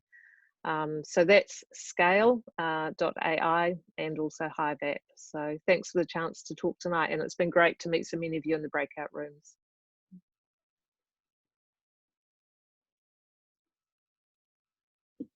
I'm muted. Thank you very much, Joe. That's great. So just as a bit of a recap, so 480 Minutes is a SaaS tool that can read all the sentiment of language shared amongst your business and be able to get a read on many different levels. And it's not any individual level, but it's more group and team level. With that, it can define the culture, because you can't measure it, you can't manage it, but culture does eat strategy for breakfast. So why are we not doing more about culture? So it's one of those sort of intangible things that does get left by the wayside. We do have a range of cultures that are formed by accident or just by the original founder. I dare say if there was a massive team of AFQY, you wouldn't want the culture set by me and my behaviour. I need to kick up the pants at times in terms of organisation and whatnot. So I'd certainly like a much better leadership and culture of AFQY than my personal organisational skills. Steely and myself, so Steely brings the science, I bring the school of hard knocks. I've been through the ringer and learned a lot that way. And that's great because I can use those stories and empathy to share and get on the level of the people that are going through that themselves. Steely, of course, as I say, brings the science and ensures that I don't put my foot in my mouth in the wrong way, because I don't want to end up hurting anyone as a result of thinking doing the right thing. And the last one is, as you just heard from Joe, is Hive for internal and Scale for external, where it can match people from project to capability and therefore get things going. So if during COVID recovery there are companies that want to get external help on projects, they could use Scale to put a project in and get a bunch of the right people to work on it. If they want to work internally, then there they go. So with that, I'm going to send us into our next breakout room, because I'm sure you're all wanting to have a bit of a yarn yourself about anything, whatever you want to, not necessarily about what we've just been talking about, but certainly be interested in your feedback. And then when I bring you back, we will start going through from A to Z of introducing yourself and having some fun and laughs, sharing those stories. So see you all soon. I'm just going to unmute everybody, then put you into breakout rooms, recreate what we got. So we've got, there we go. See you soon.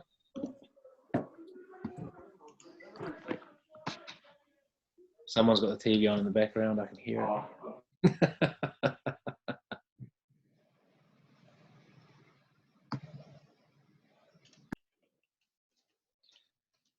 Au revoir. And I think that could be us in here, unless people are leaving. Nope, you're going. Okay. So 6:30. Yagi, you there? Yes, I am. Can you not see me? No. So Oh, no, now I you can. can. Now you Oh, can. yeah. Hey, look, I gotta go. I've been getting signals that I need to go for a walk with the missus, and it is already getting dark. It is very dark outside. Take a Didn't realize. torch. Take a torch. I You will. go I for it. will.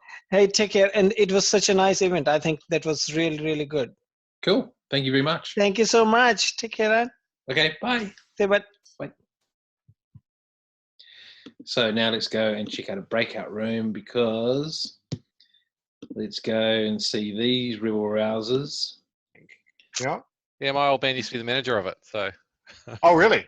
Yeah, I was breastfed on it. I was from the age we used to drink down at the Captain Cook when I was down there. So that was Yeah, sort that's of not my era. Yep. not there anymore, is it? So no, it's not. No. That and the Guardi's gone. No, the university shut them all down or bought them. So the Guardies got bought, the Bowler got bought.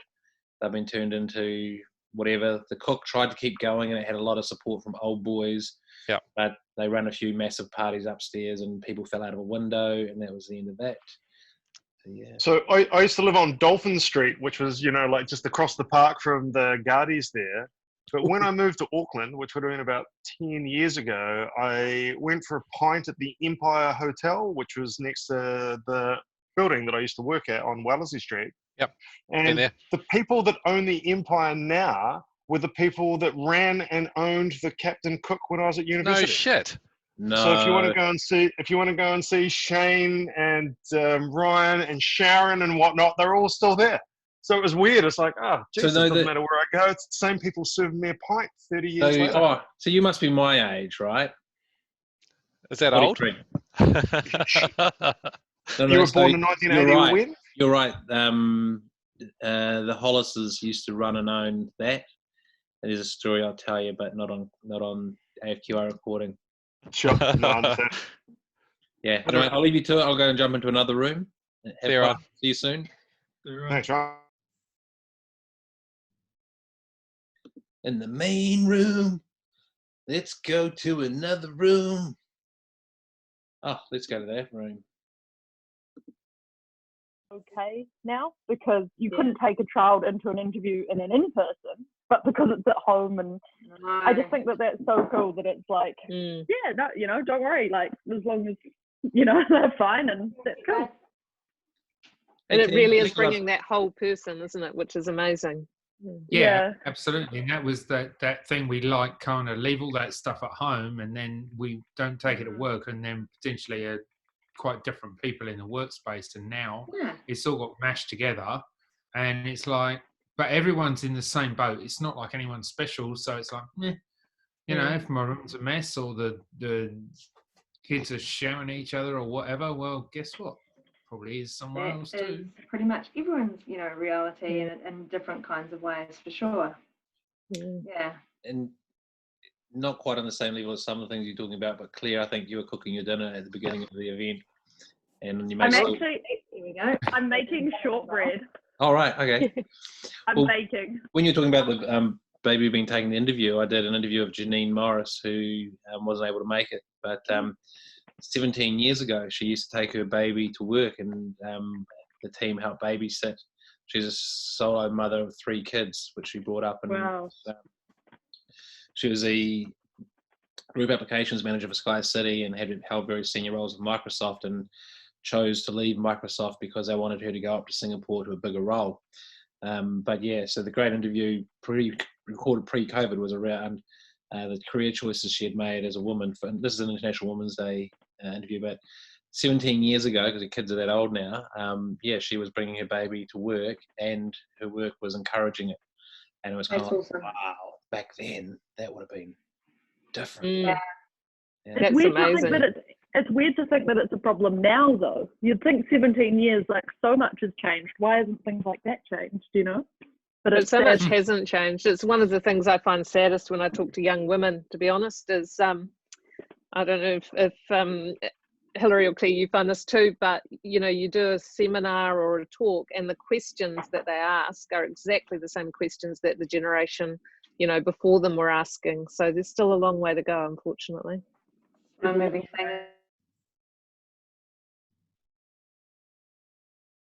All right, in the main room. In the main room. Let's go to the breakout rooms. Okay.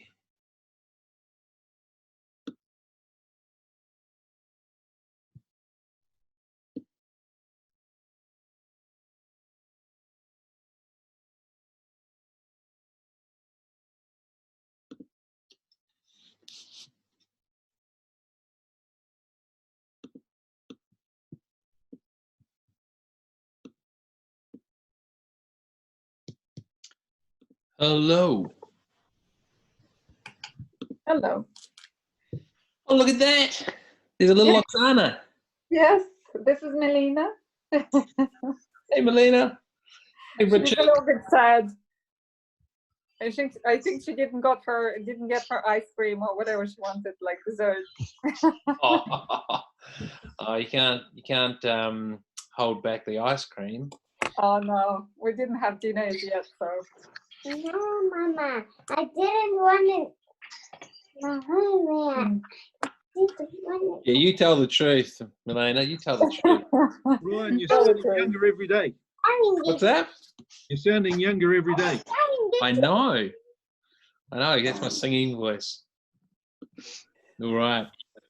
So what we're going to do now is just start with the introduction. So let me get to participants screen, and what I'm going to do is I'll take you off mute and spotlight you. I'll put everyone on mute and spotlight you. But the idea of this is coming back to the hang on.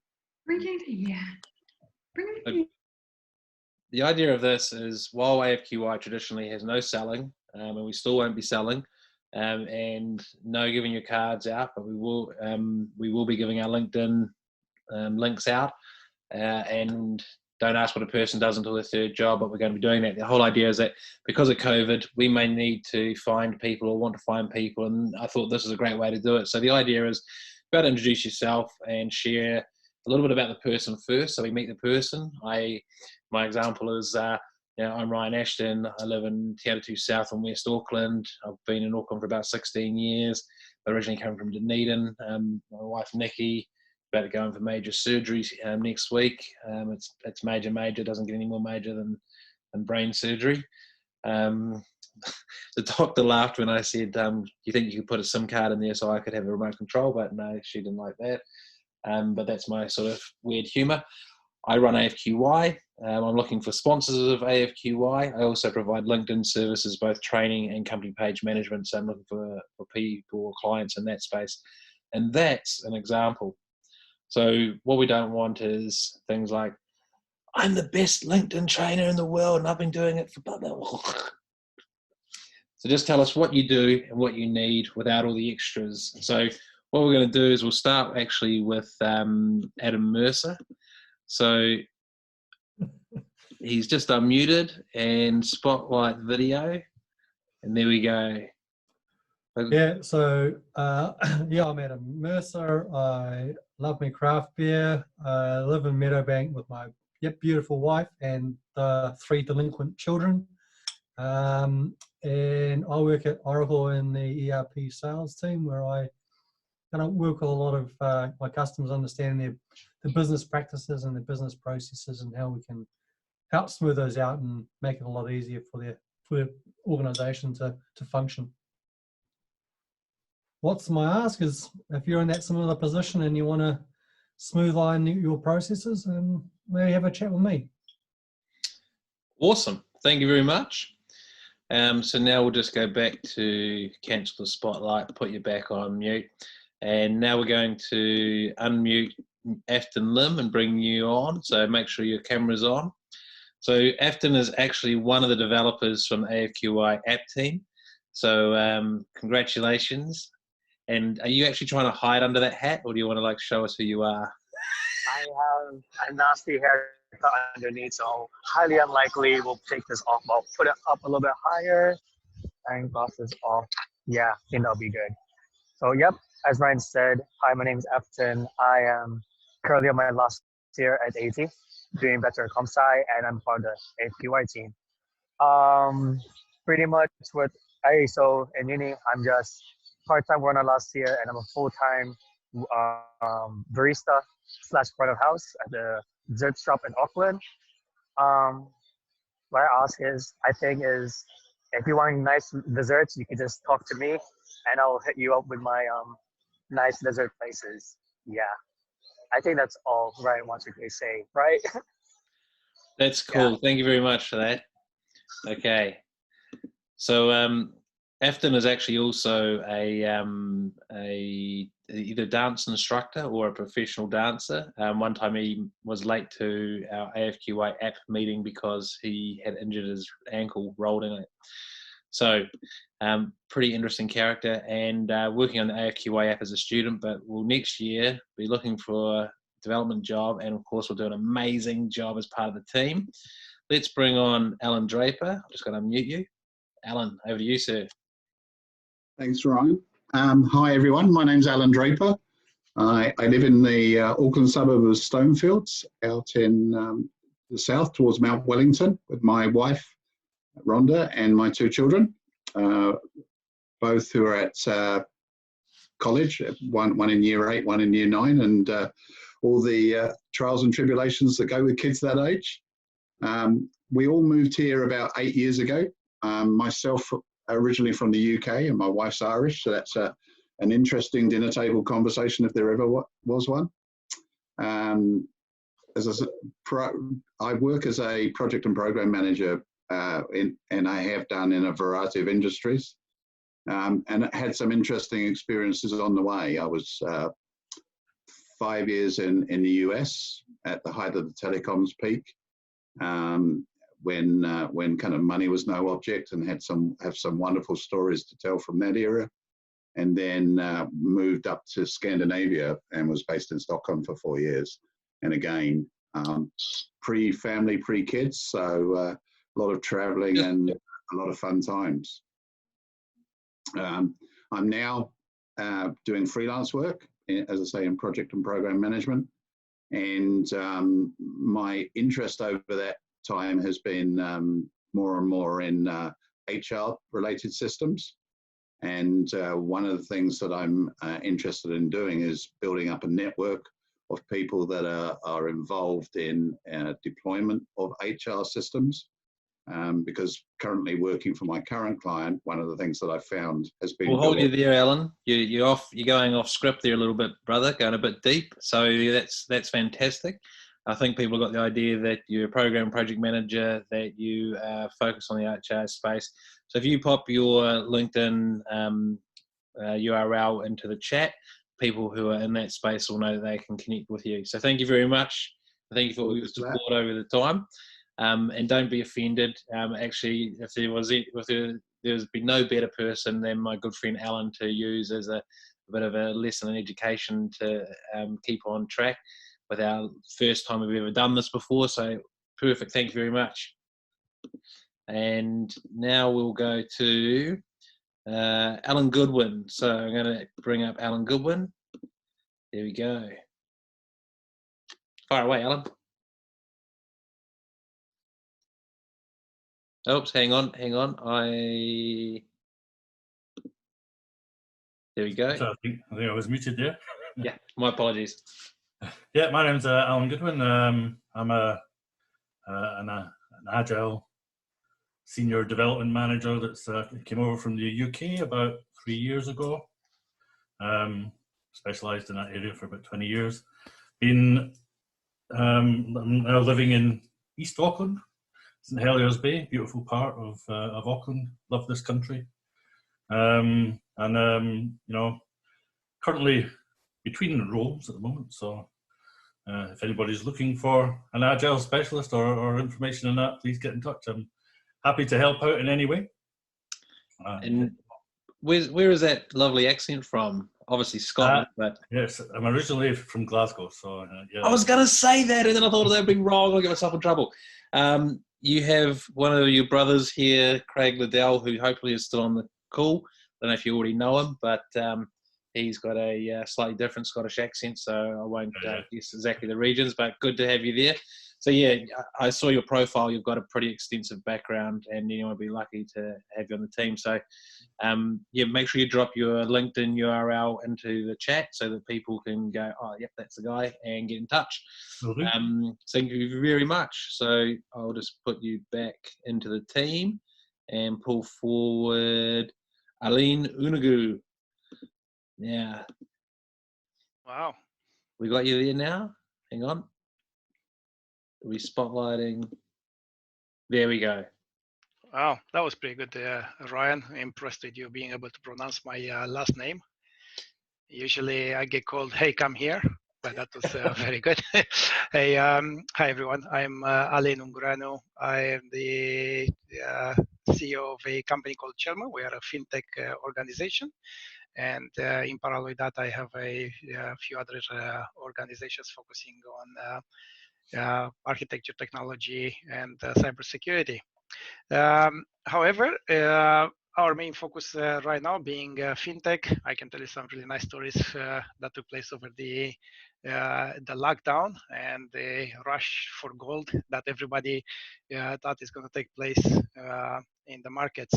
As I said, originally from Romania, I have a wife and 2 boys in college. Alvin actually was on a 2-hour work call before this and joined at 6, so a bit of a hero doing 3 hours on the call. Over to you. Thanks.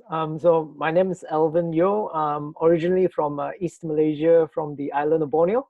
I now live in Auckland, Mission Bay area, so might catch up with some of you guys nearby here. I've been in New Zealand about 14 years, did my 7th form and then up to university, and currently I work with the University of Waikato, the Computer Science Department. I look after the internship program of a Master's of Information Technology and help to connect industry with the university. And yes, if you're looking for Master's interns or want to talk about Malaysian food or my long-suffering association with the Liverpool Football Club, let me know. That is awesome. Well, you can always support the long-suffering Otago Rugby Club if you have enough of.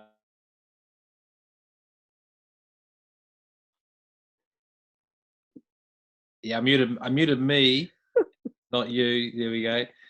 So now go back down to Andrew Steele. We've already met, so we won't go back to Andrew Steele, but we'll go to Angela, which I think will be Angela Henderson. No, it's Angela Campbell. Ange, have I unmuted you? Hang on. No, hang on. Wait. Are we good? You're good. Fire Okay. Angela Campbell. What to say? The initial plan was to marry David Bowie. That didn't work.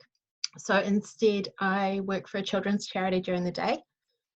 Describe myself as an enabler of kindness, helping people do the best good. And after work, I work with an arts organisation.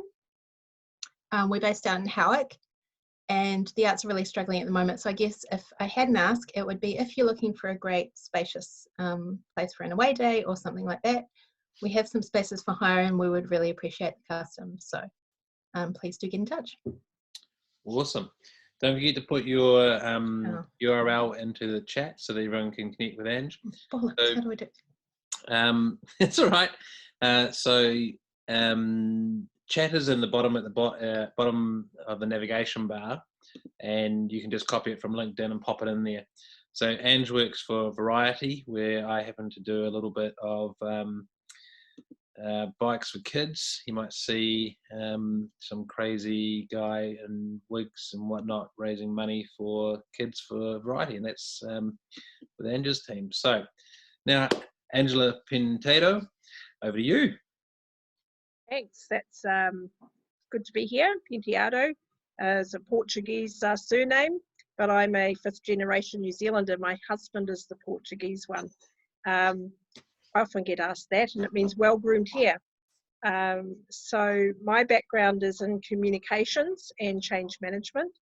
and I've worked for a lot of the my family story is that I've got 4 young adults and 2 at home finishing high school and starting uni, and 2 out and about, locked down elsewhere. My journey has taken me to a point of a lot of contracting, but I'm looking to reposition into more leadership coaching and development, culture change. I'm passionate about the people side of change after doing change management since 2008, when we went through the biggest restructure we'd ever seen of the local government. I was part of that journey. And just jump in there. We're cracking over a minute, so if you chuck in your link, and definitely, well, we're in touch, but get in touch with me, please, among other people, but related to people and change. So thank you very much. Yep. And there we go. Sorry, don't mean to be rude to anybody, but I'm just thinking of time and giving everybody a shot. So I've got a stopwatch now to keep everybody on time. So we go to Anthony McMahon, who is, oh, there we go, right there with the young one. Thank you, Ryan. I've also brought one of my bubble buddies with me. This is my 6-month-old daughter, Georgia. She was the better behaved of the 2 children. We've also got a 5-year-old who he was well behaved, but he was a handful. There was a few people I think I connected with tonight who were out east, but I'm flying the West flag with Ryan and I think it was Nat as well. I'm in Massey, and so I'm deep west, not just part west. And to stay true to my Bogan heritage, I'm originally from Upper Hutt as well, down in Wellington. I am an independent consultant, strategic consultant, and my focus is around working with companies to help them prepare and get their mindset and their communications and their focus right for transformation. Predominantly digital transformation, so the introduction of tech, but transformation in general. So that's me. I'll post my LinkedIn as well. I'm going to have to run shortly because both kids are about to go into bedtime. No worries. And look, there's the request from the boss to go to bed. Yeah, thank you very much, mate. Thanks, Ryan. Cool. Okay, so we now go down the list to Benita. So let's spotlight. This is Benita Ryder. She is part of the AFQY app team and doing really well. So over to you, Benita. Hi everyone, I'm Benita. I'm originally from Cambodia, but I've been here almost 10 years. And I'm doing computer science at Auckland University. And I'm part of AFQI team working as a developer and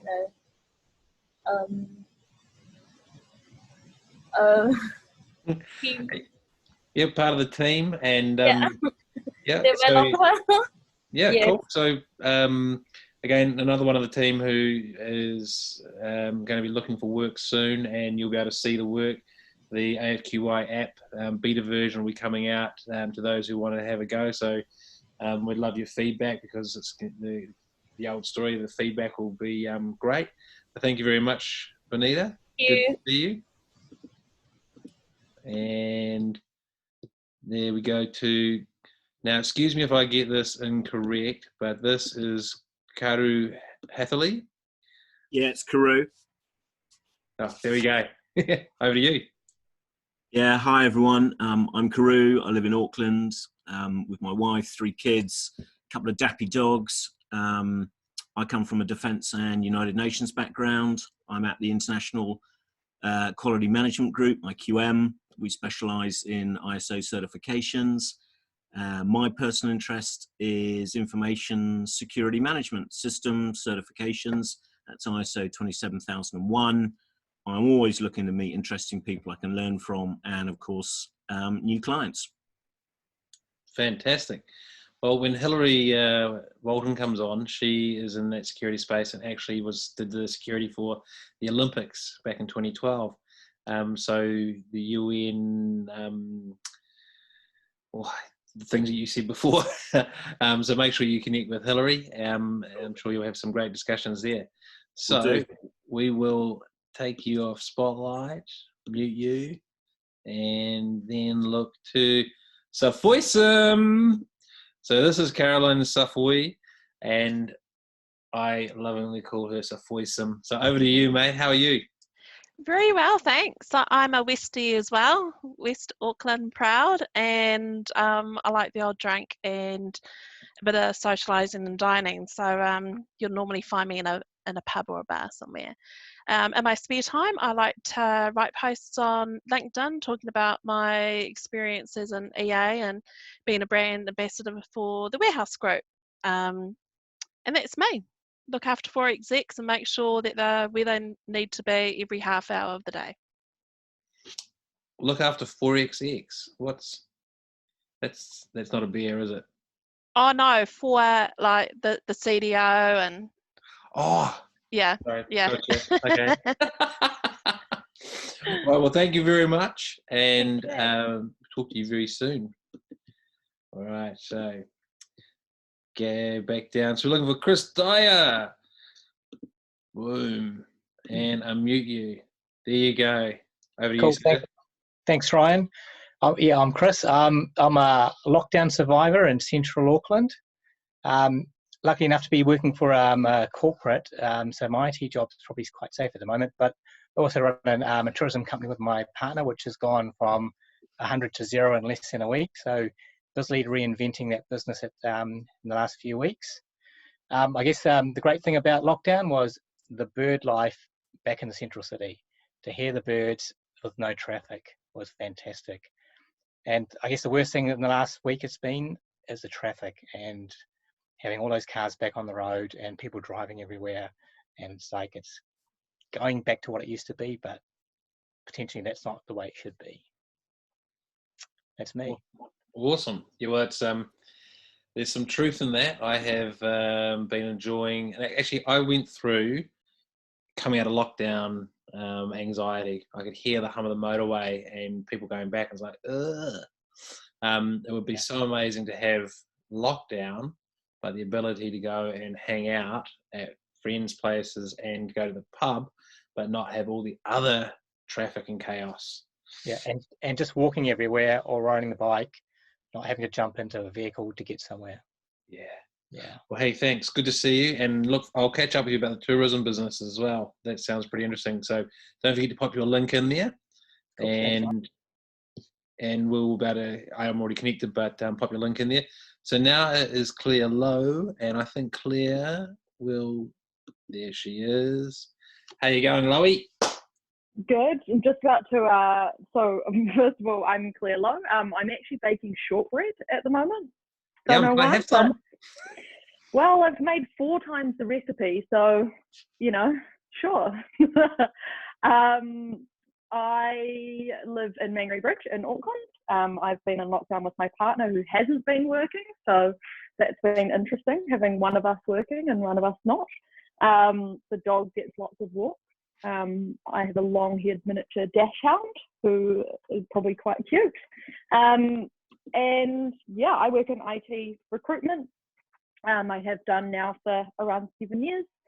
And if anyone's looking for staff or if anyone wants advice on looking for jobs and stuff, feel free to connect. Awesome. That is magic. And I am the cookie monster. So I will be there for some shortbread. We just need to work out how to get it to. So I might have to come for a trip out to Mangere Bridge. Alrighty. Not that far. No. Well, my wife used to ride at Pony Club out there, so she knows the way. We'll be out somewhere near Pony Club, and we'll come find you. Thank you, Claire. So now to Claudia Pereira. Spotlight, unmute, and over to you, Claudia. Hello. So I'm Claudia Pereira. I have been living in New Zealand for like 13 years. So I'm an immigrant. I'm a mother of twin girls. They are 6 years old now, and I'm a businesswoman. I love create ideas and stuff. So I have been running for the last 5 years an international student recruitment agency. And I'm currently working a project to do something else because with the COVID-19, my business just got the head chopped off. And I'm looking for new ideas, new contacts to help me to visualize my business a little bit better because I've got so much ideas that I need help of other professionals, and that's what I'm looking for. Perfect. Well, I think it was Anthony that spoke about transformation, digital transformation, and there may be somewhere in there, but it sounds like you're more in the space of looking for someone to work through some lean canvases with your ideas and look at MVP and some rapid prototyping of models and ideas. I'm sure there's some people in here. If not, I can always direct you to them myself as well later on. So thank you very much. Thank you. Nice to meet you. Nice to meet you too. See you guys. Cheers. So now it is Craig Metzbauer. Bum, bum, bum. And Lauren Orlena. Hello. Which one of us should go first? I'm not sure. Let me let Lauren go first. Ladies first. Okay. Hi, everyone. It's good to be on here. This is my first virtual AFQY. So background on me, I am a digital project manager. I work for Plexure, which is a Kiwi-based mobile engagement software. And really enjoying it. Currently working on a grocery app for a client in Indonesia. What else? I guess the big S is we are growing and hiring various roles from PMs to BAs to engineers. So get in touch if you're interested. Cool. Yeah, okay. So I wasn't sure whether she was going to go into a sales thing. Oh, I'm at the sorry. I moment hope or that not. There wasn't sales. All right, that's fine. It's fine. It's not her brilliant. first AFQI, by the way. She's been in No, plenty my of first virtual live virtual AFQI. Yeah. But yeah, so I'm Craig. I worked for Rivera in application support for about 3 years. I have worked at the Financial Markets Authority for 4 years and possibly stupidly left in December just before the pandemic. And there were no jobs. But I am currently looking for a role in IT, possibly in the cannabis industry, as you can maybe see in my background. But I have had a transformational experience where I suffered from bad anxiety and panic attacks and insomnia for quite some time and was on meds for about 7 years and got onto full spectrum hemp oil and am happy to say that I dropped off 2 of the meds completely and am down to a quarter of the SSRI. So I've always been a big supporter of mental health and that's got a sort of a stigma with it, unfortunately. And now I'm a supporter of cannabis, which has a double stigma with it, unfortunately. Yes, and I hear Ryan on the bullying and stuff in the workplace, which is quite atrocious at sometimes. But you know, yeah, I'd like to support better workplaces, work from home when possible, and just being, you know, honest and true to yourself, and working with really good people is what I'm all about. So please reach out to me. I'll post my LinkedIn profile there, and that's me. Yeah, that is fantastic. Thank you very much. And just while you're there, I'm just going to post a link for everybody, which is the LinkedIn Live calendar, which includes on Tuesday next week an interview with Paul Manning. Paul Manning from Helios, which is one of New Zealand's medicinal cannabis producers who are also producing medicinal cannabis products for their animals. So here we go. Let me just say, I have been in the building of Helios. It's quite impressive. And Lauren was actually one of 5 applicants out of 100 plus to get an interview as a project manager.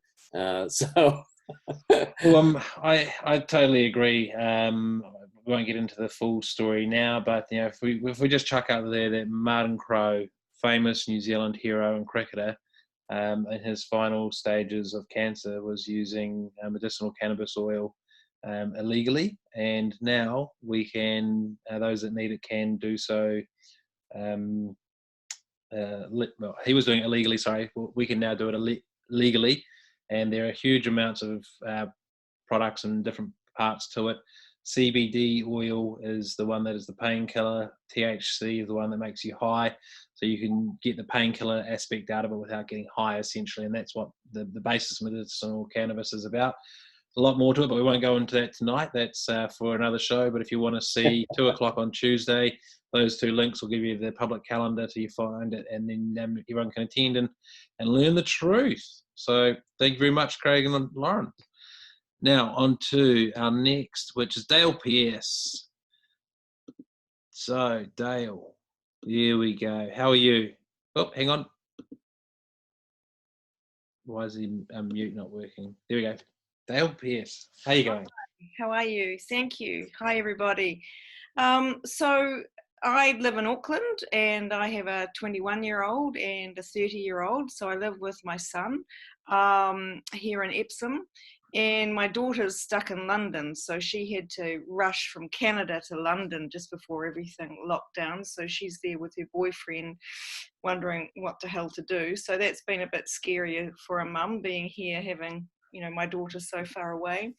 But my background is quite extensive in terms of consulting across APAC and strategy, performance and innovation. But I've become really interested in the last kind of 5 years in productivity and performance and how we can really make a difference in New Zealand. So I introduced at the end of last year a leading platform that helps with productivity in the workplace, and uses AI and machine learning and some really, really smart tools to help give people agency, to help employees be more productive, and to help businesses be more effective. And the exciting thing is that we managed to get the first kind of organization over the line resale, during lockdown. And that will hopefully give us a really good use case around how we can help organizations to be more productive coming out of lockdown. Really keen to talk to the guys from 480, because that opportunity might actually be something that we can, introduce that software as well, which I think is a really, really nice match. So that's me. Well, thank you very much. And I was thinking that very thought. So definitely get you in touch with Kevin Williamson if you're not already, and have a chat amongst the group that we had up here tonight.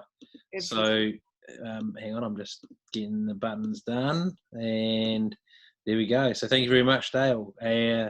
Amazing amount of experience, especially in the culture space. So I'll definitely be getting in touch with you on that one. Thank you very much. So we're now up to Daniela. Spotlight. And unmute. Hang on, wait for the tech to work. Now, if there's anyone...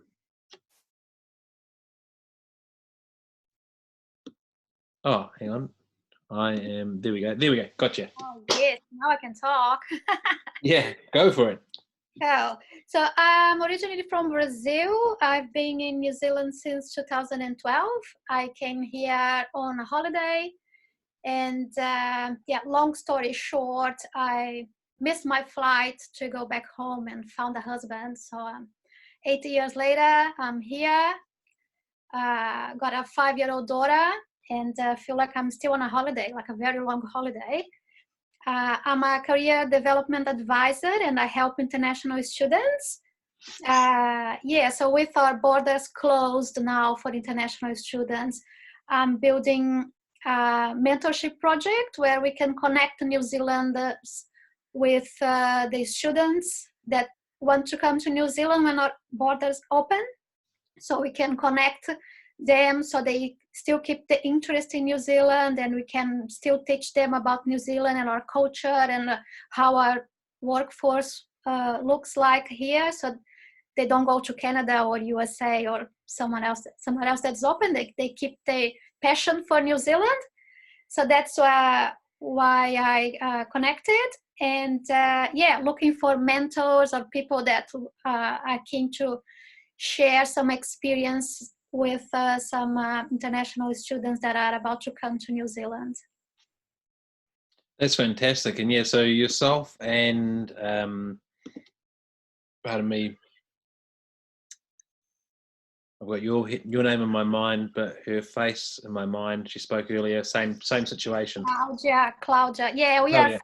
Yeah. So that's a great idea, and I think that you know, in terms of neurodiversity, it'd be great to have some Kiwis sharing some. So if anyone wants to help be a mentor, then get in touch. That's a great idea. So good luck with that. And look, I'd love to talk to you myself. So make sure if you help me by following up, that'll be great. Yeah. Thank you very much. Thank you very much, guys. Cheers. All right. Now, if anyone has to run really quickly, let me know and I can move you forward. But otherwise, I'll just keep going through the list. So next is Dermot Kingsley Smith. And let's spotlight and unmute. And you're on. Oops, you're not unmuted. Hang on. Why are you not unmuted? Oh, no, you're on there. Mind. Hi, everyone. Yeah, my name's Dermot. I'm a service architect. So I've started my own company providing advice to people on optimizing their IT, anything from people, process and tools, cost optimization, contractual alignment and optimization, just making everything work right. I guess, you know, when you think about something simple like a mobile app, there's lots of layers of different service providers and components, and you've got to get it all together just to make it work right. So that's kind of what I do during the day. When I'm not at work, I like to go running. I live out in West Auckland, and I have a life sentence block, which you can see behind me, which takes lots of work. And the other thing I do is brew beer, which is great fun. Did you say you were going to brew an AFQY beer? I could have a go. I think you should. Take a bit of taste testing to do. But I love that life sentence block. Over lockdown, 999 square meters, which is not quite a lifestyle block, but way more cabbage trees and garden than I'd ever realised was. So it's just taken me the whole lockdown to get our section tidied up by myself. I hear you. Look, I'm a keyboard warrior by day, and at the weekends, it's chainsaws and work boots. Oh, there's just always something you got to do. There's always something, but I won't get into that. I'll get on to the next person. Thank you very much for sharing. Don't forget to pop your message, your link into the chat, and then we can connect. People can connect with you. So next is Edwina Revel. So just bring you online. There we go. And unmute. Hang on, just get that unmute. Hang on, technology. Why is it not? Yeah, I'm just giving it a. Sorry, apologies. I'm still trying to unmute you, and clicking the right button. Hang on. There you go. There we go. Hi, Edwina. So I moved from Meadowbank. Everyone's out east in Auckland. I moved 2 years ago from Meadowbank in Auckland to Greytown in fabulous Wairarapa, close to Wellington, so about an hour out of Wellington. Decided, why did I need to go and live in the city?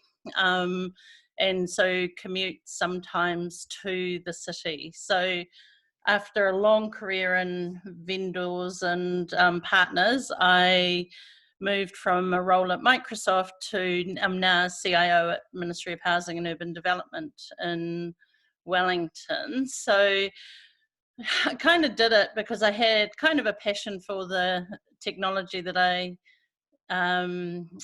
you know, looked after a number of people on this call even, you know, with Microsoft, had a passion for the technology there, but also had a real passion around housing and also what housing means for New Zealand and where it was going. So with the establishment of Ministry of Housing and Urban Development, which is a new government agency, only been around for 18 months, it was kind of bringing together an organisation that's fully on the cloud and all of the things around solving housing, solving all the housing issues in New Zealand, so solving homelessness and looking at how we kind of rebuild the, you know, to real kind of different type of communities around New Zealand and what urban development means for New Zealand. So yeah, so it's kind of bringing both of those things together, so it's kind of cool.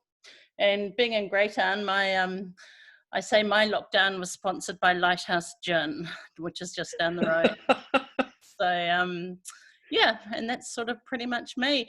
As an ask, I don't really have one. I'm just, just keen to kind of be a little bit involved and, in things and hear what people are doing and kind of bring some of the new ideas. And if I can help anyone, quite like to do that too.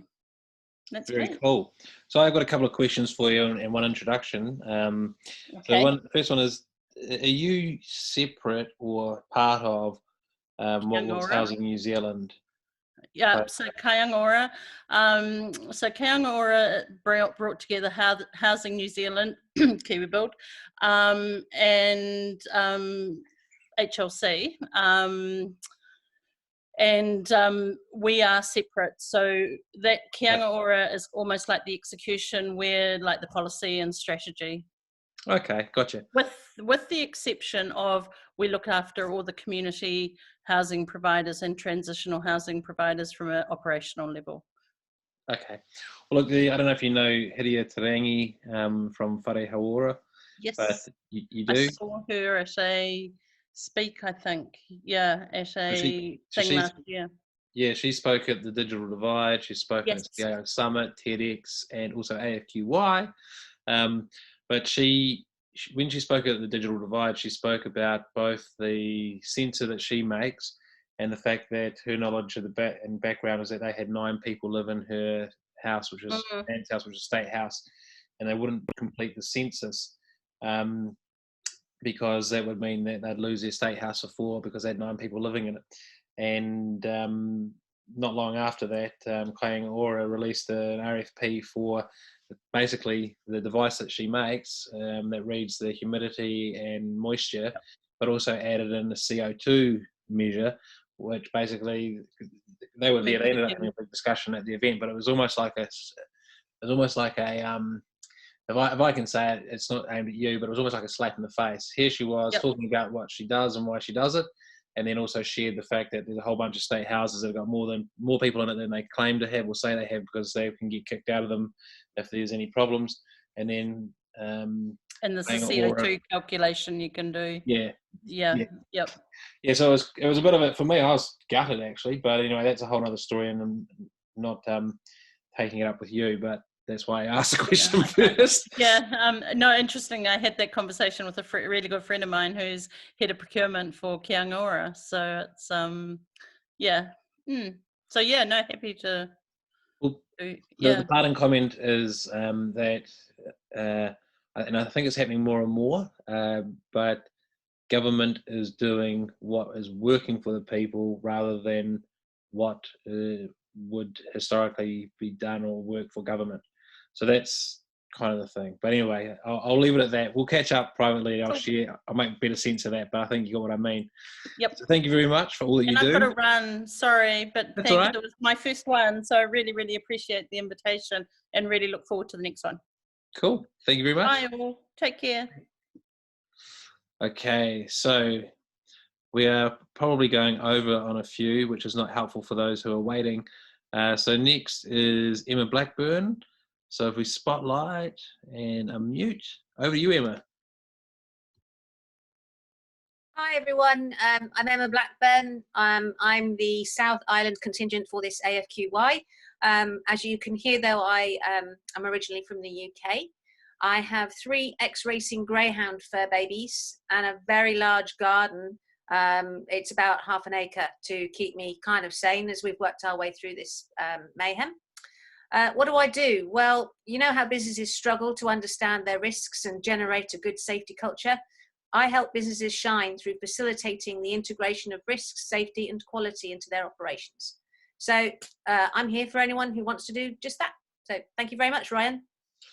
Thank you. And 3 ex-racing greyhounds. So that will be, so we have a fur baby, and we met our first ex-racing greyhound at puppy school, and the people who owned it were telling us that they described it as they basically didn't know how to be a dog, and they didn't know what steers were. They didn't know, but so it took a long while for them to sort of relax and unwind and become a dog again, which is quite an interesting scenario. So thank you for what you'll be doing with those pups, giving them a good life. Now let's move on to the next person. Thank you very much, Emma. So here we go. So next is Jeff Tribble. And this is Tribble. Yep, Mary Phillips is my wife's name. Runs under a maiden name there, Ryan. So we're out in West Auckland as well. We're in Woodlands Park, just to the south of Titirangi towards Langholm. We've been in lockdown with our fur babies, the dog and the cat. That's Ruby and Princess. So they've been keeping us sane and up at night. I've been in lockdown for probably nearly 12 weeks now, since we started to decide what we were going to do. I'm the emerging tech manager for Auckland Transport, as well as the original architect back in day dot. So we've been really busy trying to do a whole number of things to try and improve information to the public, etc., and work on what all the futures are. So if anybody's looking for what are the futures in anything transport related, or just wants to have a call out to say, what are you guys doing? Feel free to give me a call, and I'll post my LinkedIn profile in the chat. Mary? Hi, I am a worldwide travel designer and dream facilitator that's not doing very much at the moment. So I'm actually diversifying and looking at starting up another little side business, and hopefully if that takes off really well, I will start franchising it. So watch your space. Can we talk about worldwide travel designer and dream facilitator? Gotcha. So not much of that's going on. Yeah, no. So no, tourism and travel is not going on. Well, not externally, but internally we can. So I think there's some amazing parts of New Zealand, and people don't even know half of it. So just as a quick example, how many people can tell us how many national parks there are, and how many people can name 3 of them? I bet most people can name 1, but that might be it. Therefore, there is lots of travel to facilitate within New Zealand, and potentially lots of dreams to fulfill in New Zealand. People just don't realise what we have here. But I'll leave you with that and let everyone connect with you. If you two share your connections, thank you so much for that. Whoops, pressing the wrong button. Right. So thank you very much. And now we go to Gerd Heinen. And just clicking mute. 1 second there, buddy. Yeah. Oh, you're okay. on. There you go. Yeah. Okay. Gerard Heinen. Didn't expect to have this turn so quickly. Me and my family, we just moved in from Auckland, into Auckland. I mean, from Amsterdam. Yeah. I didn't prepare very well. That's what you can. That's all right. So I know you a little bit, so I can help prompt and push you before we get into the Amsterdam and cannabis conversation. Firstly, there you go. There's Annette. Yeah. So you two are both working technology. I think you're a database warehouse person, or was that? Yeah. Yeah, that's correct.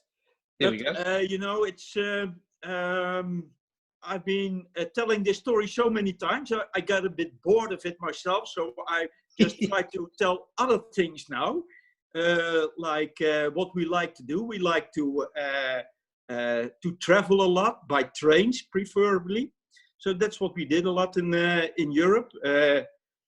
Most beautiful trains are in Switzerland, if anybody would like to know, by the way. Another thing is, as I just said, we moved to New Zealand a few months ago, and we left Amsterdam behind. I always say we don't like the Netherlands anymore, but Amsterdam is the exception. That's the only normal town in the Netherlands, as far as we are concerned. I like that, because everyone else thinks of Amsterdam and goes, "Yeah, we go there to get high." So if that's normal. We were in the breakout room with some other people, and 2 of them, one lived for 4 years in Amsterdam. She likes bitterballen. I don't know if anybody else knows about bitterballen, but you should try them once. And the other one had his honeymoon in Amsterdam. And he was indeed talking about being asked whether he wanted cannabis or heroin or whatever all the stuff is, and that's what he could tell about Amsterdam, which is of course silly because we had all the nice canals and the old buildings and so on and so forth. Yeah, there's more to Amsterdam than just the. Yeah. So just quickly, what do both of you do, and are you still looking for work? Yes, I am. Only that's a bit, how you say that, on a laag pitje, a bit slow, of course, at the moment. So I'm not really concentrating on that. Arlette is working for Auckland Transport, and she knows. She knows. Yeah. It was just before us. Yes, I work in the information management domain. Yeah. Thank you very much, keeping us all on track and on par. Well, hey, look, I'll move on to the next team. Thank you so much, and good to see you both. Yeah. And look forward to catching up for a cold one when we can in person soon. Okay. Yeah. Okay. Great. Thank you. Okay, so next we have Grant Wardle. Have you got your camera on? Make sure you got your camera on. There we go. Look at that beard. Jeebus. I almost thought that was Mark Ellis. You two look almost the same. But Grant, over to you, buddy. How's it going? Trying to look like you, Cuz. I don't know if you wanted to let that out, but yeah, Grant and I are cousins by marriage. So the good looks from my family are all mine. Anyway, yes, how are you going? No, not too bad. So a little bit about myself. So I was the head of technology for an aged care provider last year.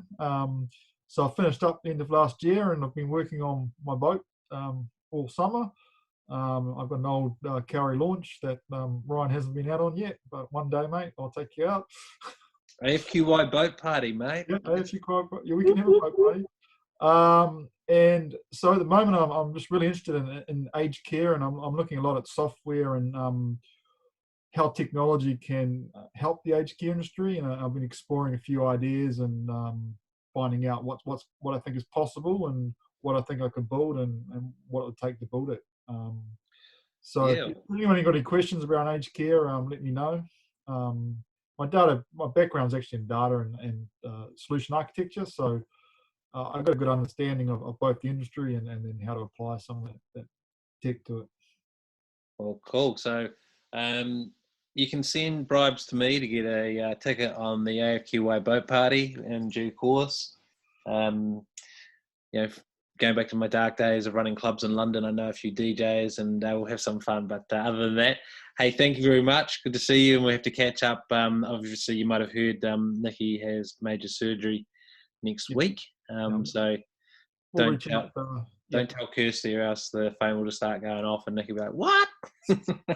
Anyway, of course you know already, but that's okay. So let's go to the next person. We'll just take your spotlight and unmute you. And our next person will be Liam McAteer. So this is the Grand Supreme Leader of the AUT AFQY app team with the full responsibility to deliver something amazing on his shoulders. No pressure, bro. Yeah, it's a big responsibility. So I'm a computer science student at AUT, majoring in computer science and software development. I'm in my final year completing my R&D projects, which is the project I'm doing is Ryan's AFQI app. And we've just started developing on that, and progress is coming along nicely. Yeah, so we've seen also solution architecture. So I know what's plugged together and how it works and what's going to happen.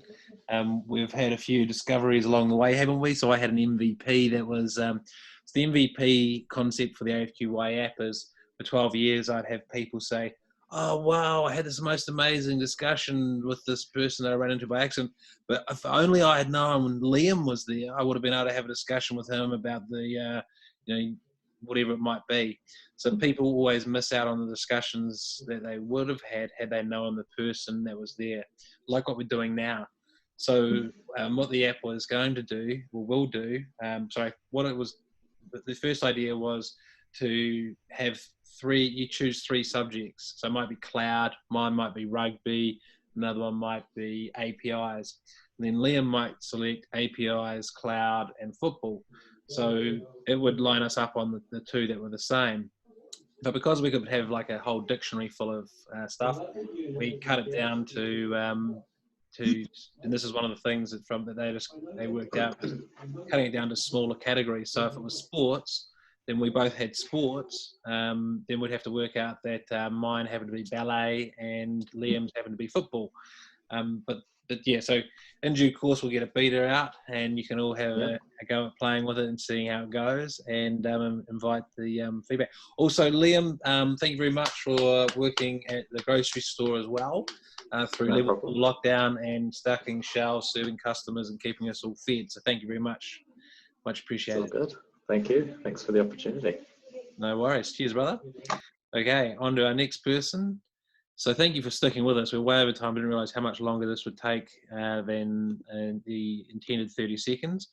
So we've now got Lisa, and hang on, I just lost where you are. Unmute you. There you go. Hi, everyone. I'm Lisa. Been in lockdown for a very long time, as you all have. I'm happy to get the big kid off to kindergarten this week. So I was amazed at how much I managed to get done at home. And on the work front, it was just like having your week back, as much as I missed it. So we're in Whangaparoa, up a bit north of Auckland, and we live by the beach. So to be honest, it's been a pretty good place to be locked down. So I have a mainly public sector background, strategic planning, urban planning, and stakeholder engagement. And I've made a decision to pivot that more towards the digital, because honestly that's just where my passion is, and there's just so many opportunities in that government and public space. So I'm just about to start my master's in digital business, which is super exciting, and look, I just love to connect with people, especially in that GovTech industry. And I'm also planning on putting together a bit of an ebook which pulls together really cool examples of innovation and digital transformation case studies in the public sector. So if anyone has some cool examples or projects, I'd love to hear from you. Awesome. Well, I don't have any projects. Actually, I was involved in one. I don't know if I'm actually allowed to mention it, but it was, dare I say it, for me, the first sale of Google Maps engine in New Zealand. And it was the earthquake-prone building project by the Auckland Council. Yeah. And yeah, so there's a whole bunch of building owners who are shit scared that all the information might go public, and then people would say, I'm not renting that building, I'm not walking past that building, because some buildings are built pre-building code of 1974, I think it is. And there was, if you think about it, for all the building reports and information about a building, there was probably 100 times more in legal letters from the building owner to the council. But that's as much as I'll say. So thank you very much. Look forward to connecting with you, and especially on the digital literacy side of things. But for now, we'll jump on to the next person. Thank you so much. Cheers, Lisa. So we have next Mark Leslie. So I can almost introduce Mark, because Mark is an ASB architect. He's father of a couple of kids. He's a karate teacher. So he's, I think, multi. Oh, you got this karate thing. You are. No, I'm not. You told me. We had lots of discussions about what? Sorry, no. I did jiu-jitsu in my youth, and my son does karate, but no. Oh, that's maybe I got the two melded together, but there you go. I'll let you introduce yourself. I'll show. No, you carry on. So, you know, you were doing such a good job. You got most of the rest of it, right? Okay. Over to you. Yes. So, yeah, I'm Mark Leslie. You'll tell by the accent, I'm another UK export. We came over here in 2008, my wife and 2 children, and settled down on the North Shore of Auckland. I work for a big yellow bank as Ryan said, as an architect, IT architect. Kids are pretty well grown up now. One's working, one's thinking about finishing school and going to university. Yeah. Don't want to talk too much about work because I spend enough time doing that. When I'm not doing that, I like riding motorbikes and scuba diving. I'm quite into Pink Floyd. Could you tell? No, not at all. I thought that was the cover off Def Leppard's album. Just kidding. Just kidding. Hey, thank you very much for that. All right, so moving on from Mark to next, and the list is Neha Kamani. Now, do you have your camera on? You didn't have your camera on earlier. So, there, you have, and press it. There we go. Over to you. Hi, my name is Neha. I've been in New Zealand for 6 years. Came here 6 years ago to work for Telecom and now Spark New Zealand. Planned to stay for 6 months, ended up staying so long. I live in West Auckland in Newland, and I'm specialized in IT services, especially testing and data related. And I'm very up and beat about talking to anyone if someone wants around new upcoming technologies in machine learning, big data, migration, transformation. Really keen to talk about people and that. This is my first AFQ, really interesting one, would like to see more. Well, thank you very much. I'm glad you're enjoying your first one. As I sort of mentioned, just a reminder, it's a little bit different to our normal one. At the old in-person ones, when we get back to those, I would introduce everybody by name and title in the room, and everyone sticks their hand up, so it's a little bit quicker. But as I mentioned, the idea is to give everybody a chance. So thank you very much, and we'll move on to the next person after Neha. So we're now past halfway because we're going from M to N, and now we're on to R with Rachel Lee. So Rachel, there we go. So Rachel is the face of the last AFQY post because Rachel was the one who was holding up her phone to the screen photo. Over to you, Rach. Hi everyone, my name's Rachel Lee and I go to AUT like everyone. I'm the developer and Scrum Master of the AFQI project. And yeah, thank you. That's good. So in terms of your development, you're working on Flutter for the front end or Firebase for the back end? Yeah, that's right. Both or one or the other? Flutter and Firebase. Oh, okay, both. Oh, cool. Yeah. Awesome. Well, we won't put you on the spot any more than that. Thank you so much for the work that you're doing. Thank you. And where are we? Hang on, up here. So we're off spotlight and then off mute. And then after Rachel is Ricky. Bring on the mighty Waikato. And cool. Over to you. Here's Ricky. Very good. Thanks, Ryan. Yeah, I'm a Waikato, part of the Waikato contingent. There's a couple of us on here. I went into a couple of rooms and saw a few people. And there's a few other familiar faces, which I think have buggered off and put kids to bed and all that sort of stuff, which is fair enough. I'm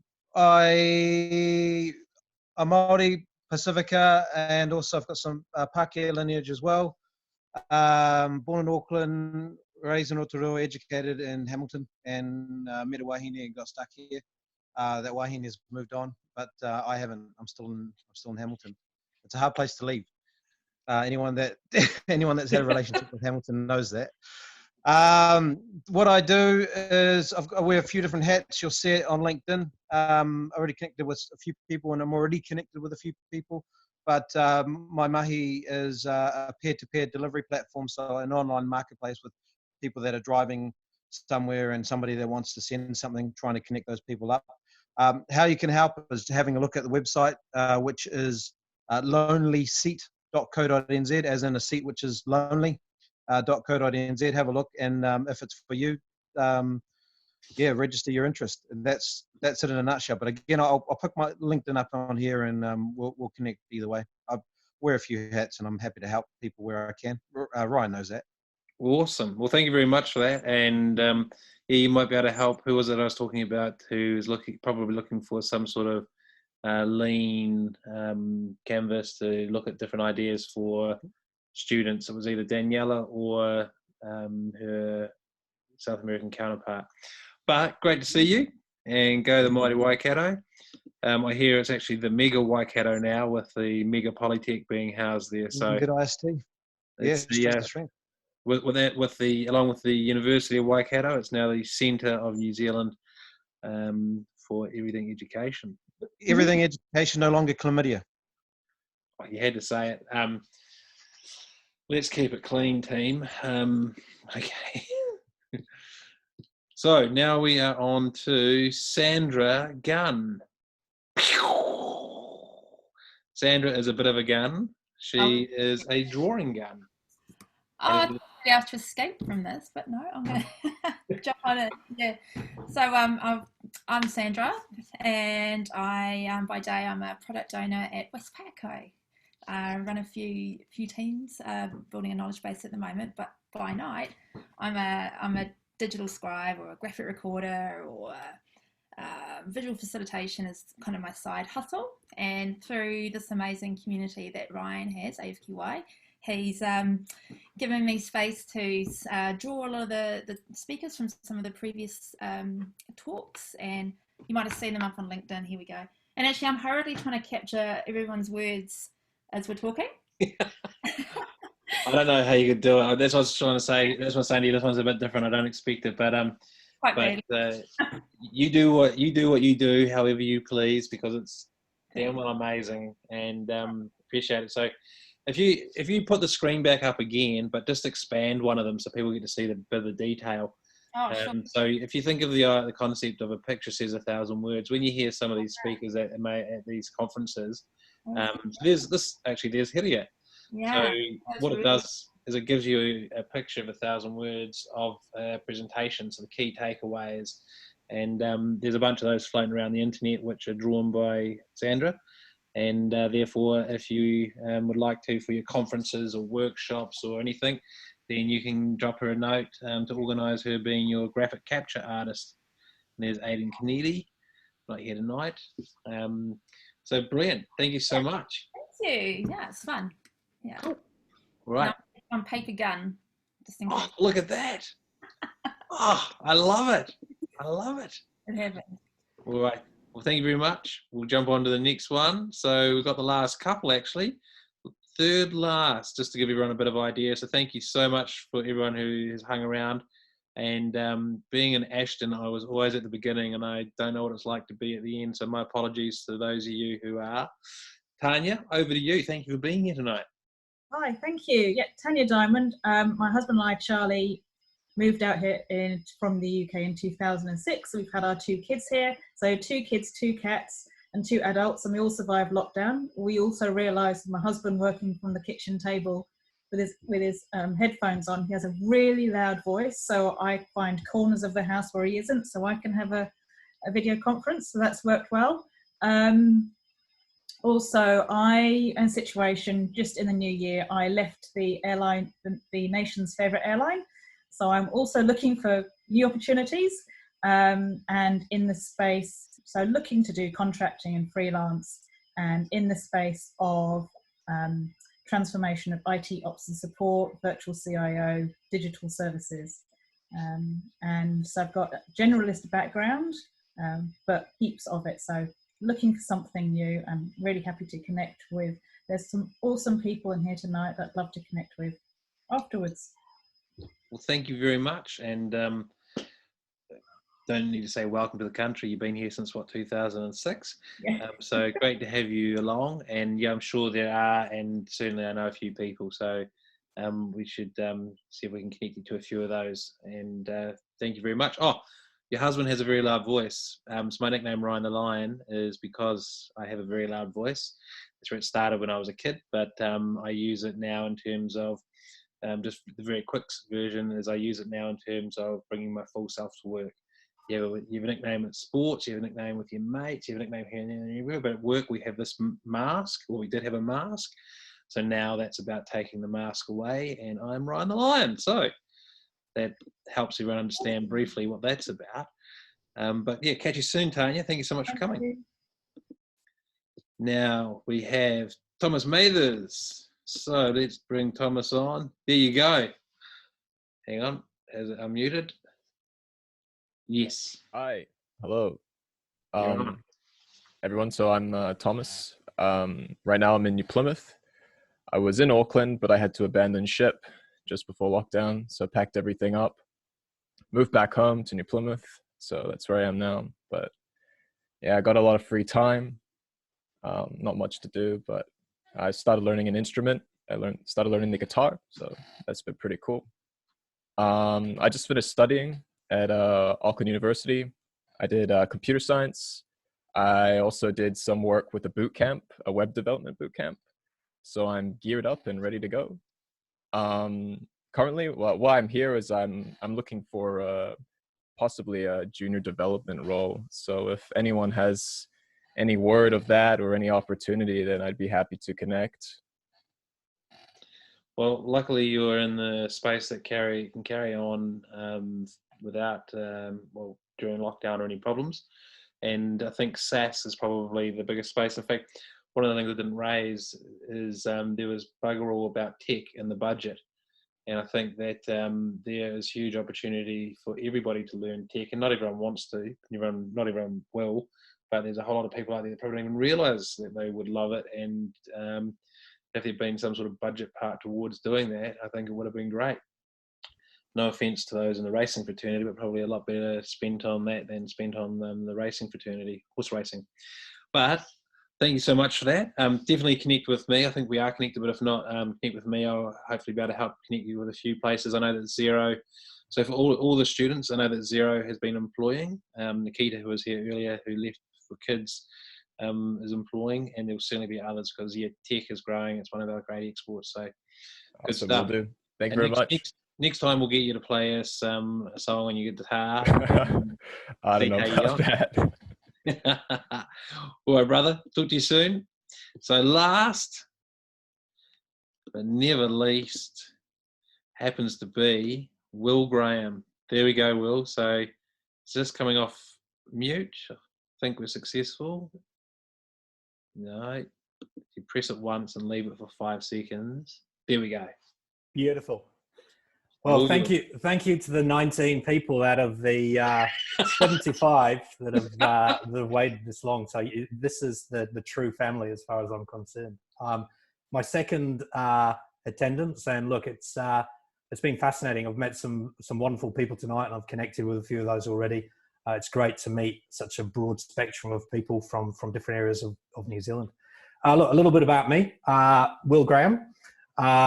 Married. My wife and I live in Ponsonby in Auckland. Originally from the UK, but I'm about 50-50 British, 50% Kiwi. I was very fortunate to do half of my studies in Greece, Athens University. And that was really an opportunity to then start thinking about traveling the world. And it was a beautiful time to go to Greece back in the late 90s with the drachma and the opportunity to visit all those beautiful islands. Been in New Zealand, as I said, about 20 odd years now, predominantly working in the private sector. But what I've been really excited about in technology is that if you look at affordability and accessibility, technology now really means that everything is accessible. But what isn't is affordability. And so I took a move into public sector, working for a company called Network for Learning. And I'm really passionate about digital inclusion. And that starts with the children, the tamariki of New Zealand, but really needs to extend to the whānau. And I've had the wonderful opportunity in the last 3 years of visiting some beautiful parts of New Zealand, visiting schools in New Zealand, in the Hokianga Harbour in the north, down to Haast on the southwest coast of the South Island, beautiful place. And I've met some wonderful principals across New Zealand. They're the true, I think, angels of the economy and the New Zealand population, bringing New Zealanders or children through their learning years. As I said, very passionate about digital inclusion, and so now it's all about affordability. How can we get the funding, the investment into all areas of New Zealand so that everybody has the right to have access to the internet and the benefits the internet brings. A couple of things on the side we're doing. We're working with some good partners with something called Electric Garden, which is connecting. We'll have to get you to bring it to a pointy end. I've waited 3.5 hours. I know you have. But I was just gonna, you're fair enough, but not a problem. No, all good. I could talk on the subject for hours because I'm very, very passionate about digital inclusion. Yeah. Well, what I was actually going to do is open it up to the floor for everything, but also for that, because we're now, as you say, you've waited 3.5 hours, and thank you to everyone who's still here. It was pretty tough for 30 seconds, and everyone's a storyteller, which is great. So that's a challenge of keeping the time. But we are 7:52, and let's say we're going to call it quits at 8 o'clock. So what I'd like to do is open it up to the floor for who gets started first. But open discussion about the things you've heard, the people you've met, and what we can do and achieve from here. I want to hear about this digital gardening. Does that involve cannabis or? Go for it, Will. Go for it. Am I back on now, Ryan? We're all on. We're all on. Go for it. Digital garden actually is just about being able to allow school children to connect their classroom to the vegetable garden in the school grounds, and to look at things like soil temperature, humidity, and it just brings to life technology and learning. And from an early age, that's something that you can. Everybody loves to see plants grow in a garden, but bringing technology into that as well is a wonderful thing for children of New Zealand to get involved in.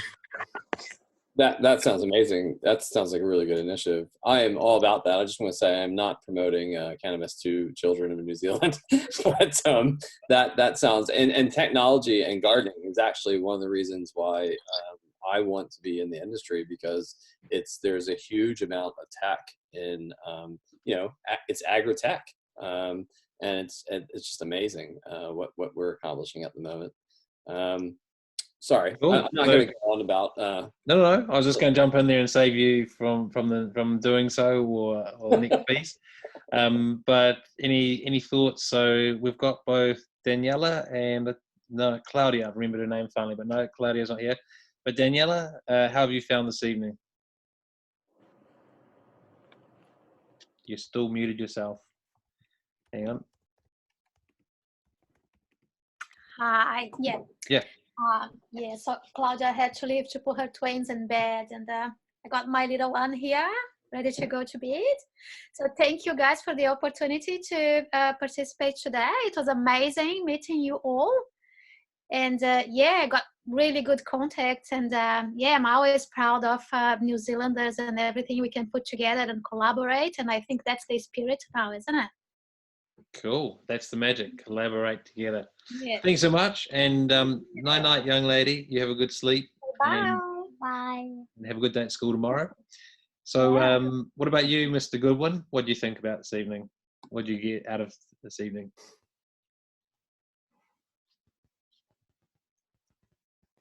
Hang on.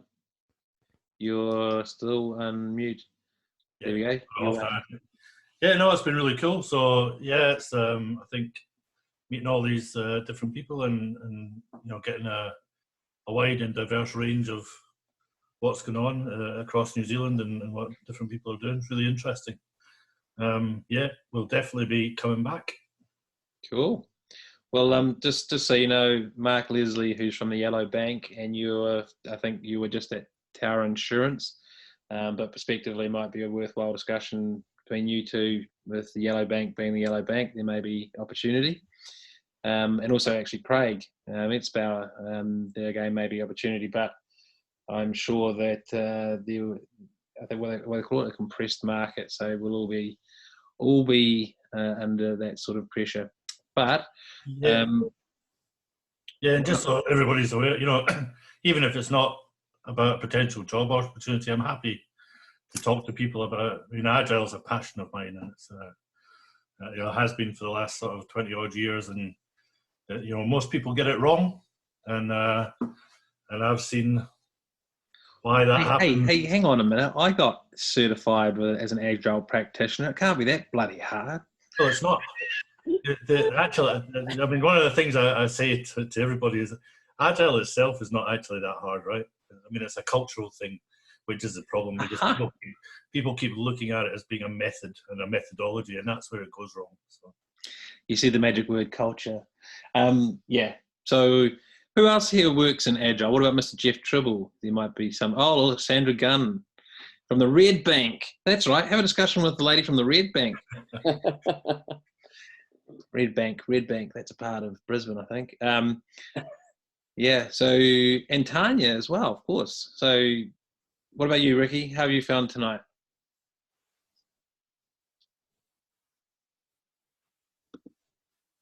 Yeah, very good. It's good. It's always, every time we have these sessions, you meet people that are very diverse in thought. So I've only been to, I think, a couple of them since I was really keen to understand how it would work with the first one, and you had who was helping you out with that one? Oh, I forget what her name was. She's fantastic. Sam, she was fantastic, and that was unbelievable. You got that done clockwork. I was skeptical that you would be able to manage 150 people that quickly, because we'd just gone into lockdown and you were bringing yourself up to speed. So you did a fantastic job. And you think that was 240, that one, the first one? 240, was it? Yeah. And what I didn't know was that the Eventbrite email didn't reach everybody on time when I sent it. So some people got it late and then went, bugger, I'm not going to come. So otherwise it would have been even bigger.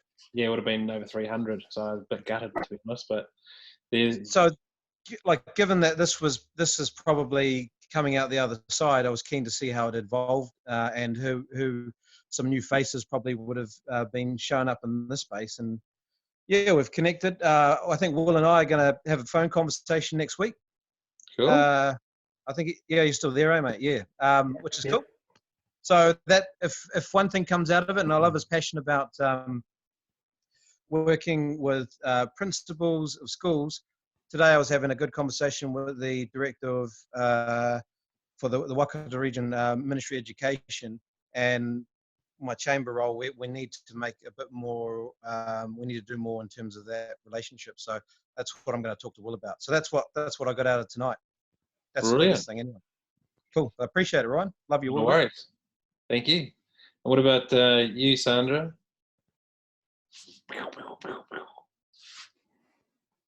Oh, I've got to mute you. Hang on.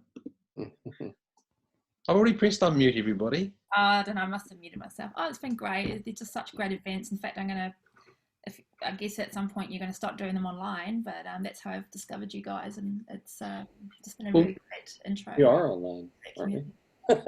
Yeah. No, stop. And when we do the next or the first in-person one, I reckon it'd be awesome to have you there and do it live, like over on one side of the room. Yeah, get on the paper, get on the analog. Yeah. Oh, yeah, I'd love to do that. That'd be really cool. But it's just been really neat to meet everybody. It is such a small tech community around New Zealand. It's not only just Auckland. It's really cool to see.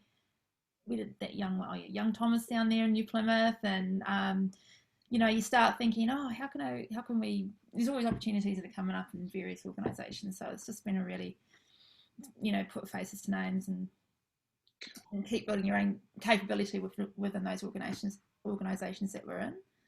Yeah. So it's been amazing. Especially when you go on LinkedIn, you realise you already know so many people in common. Awesome. But yeah, good format tonight. You pulled it off again. I think we're a little bit late on schedule, but who cares? I spoke too long myself. I didn't notice anything. Hey? Ryan, you were actually much. Oh, no, I'm mute. Don't. What about you, Alvin? You've been on videos since what, 4 o'clock this afternoon? So that's 4 hours straight. You must be probably 3:30 with Oh, the meeting and then lectures, and then yeah. So this I think been kind of I guess a fluke, because I normally don't check my LinkedIn, and Duana Fowler from the Waikato University, added me to it, and so thanks for pushing to get me here, despite the long hours. I'm still standing. I just want to echo everybody and just thank you, because I run a class that's also online now, and then trying just to get everybody with the breakout rooms, and then just organizing everybody is just massive, and you've just done it with, I don't know what, 70, 80, 90 people. So hats off to you. Thank you very much. Thank you. Well, everybody, it is 8 o'clock or just after, and I said we'd sort of wrap up there. So I just wanted to put it to anyone who hasn't shared a final word. If you'd like to, by all means, go for it. And when we've got through that, then I'll press the end meeting, and we'll head off and have some dinner. At least I will. So I just want to, I'll start by saying thank you all so much. Great to have you all here. I could talk more and actually listen more for ages, but I do have to go and have dinner. So anyone else who wants to share before we shoot off, jump in there. Can we go Z to A next time? I promise. Thank you. Sorry, Alan. Randomize. No worries. So, you don't mind, here's the story. So my name, you notice, is Elvin Yo. Yeah. So my surname is Yo, and the reason why I was given the name Elvin, despite the fact that I'm not Christian, my mom's a teacher, and she knew that if you're at the surname Y, you're gonna end up at the end. So give your kids the letter A. So all my kids are named after B's. So there you go. Lesson learned. Awesome. And I'll be in touch with you.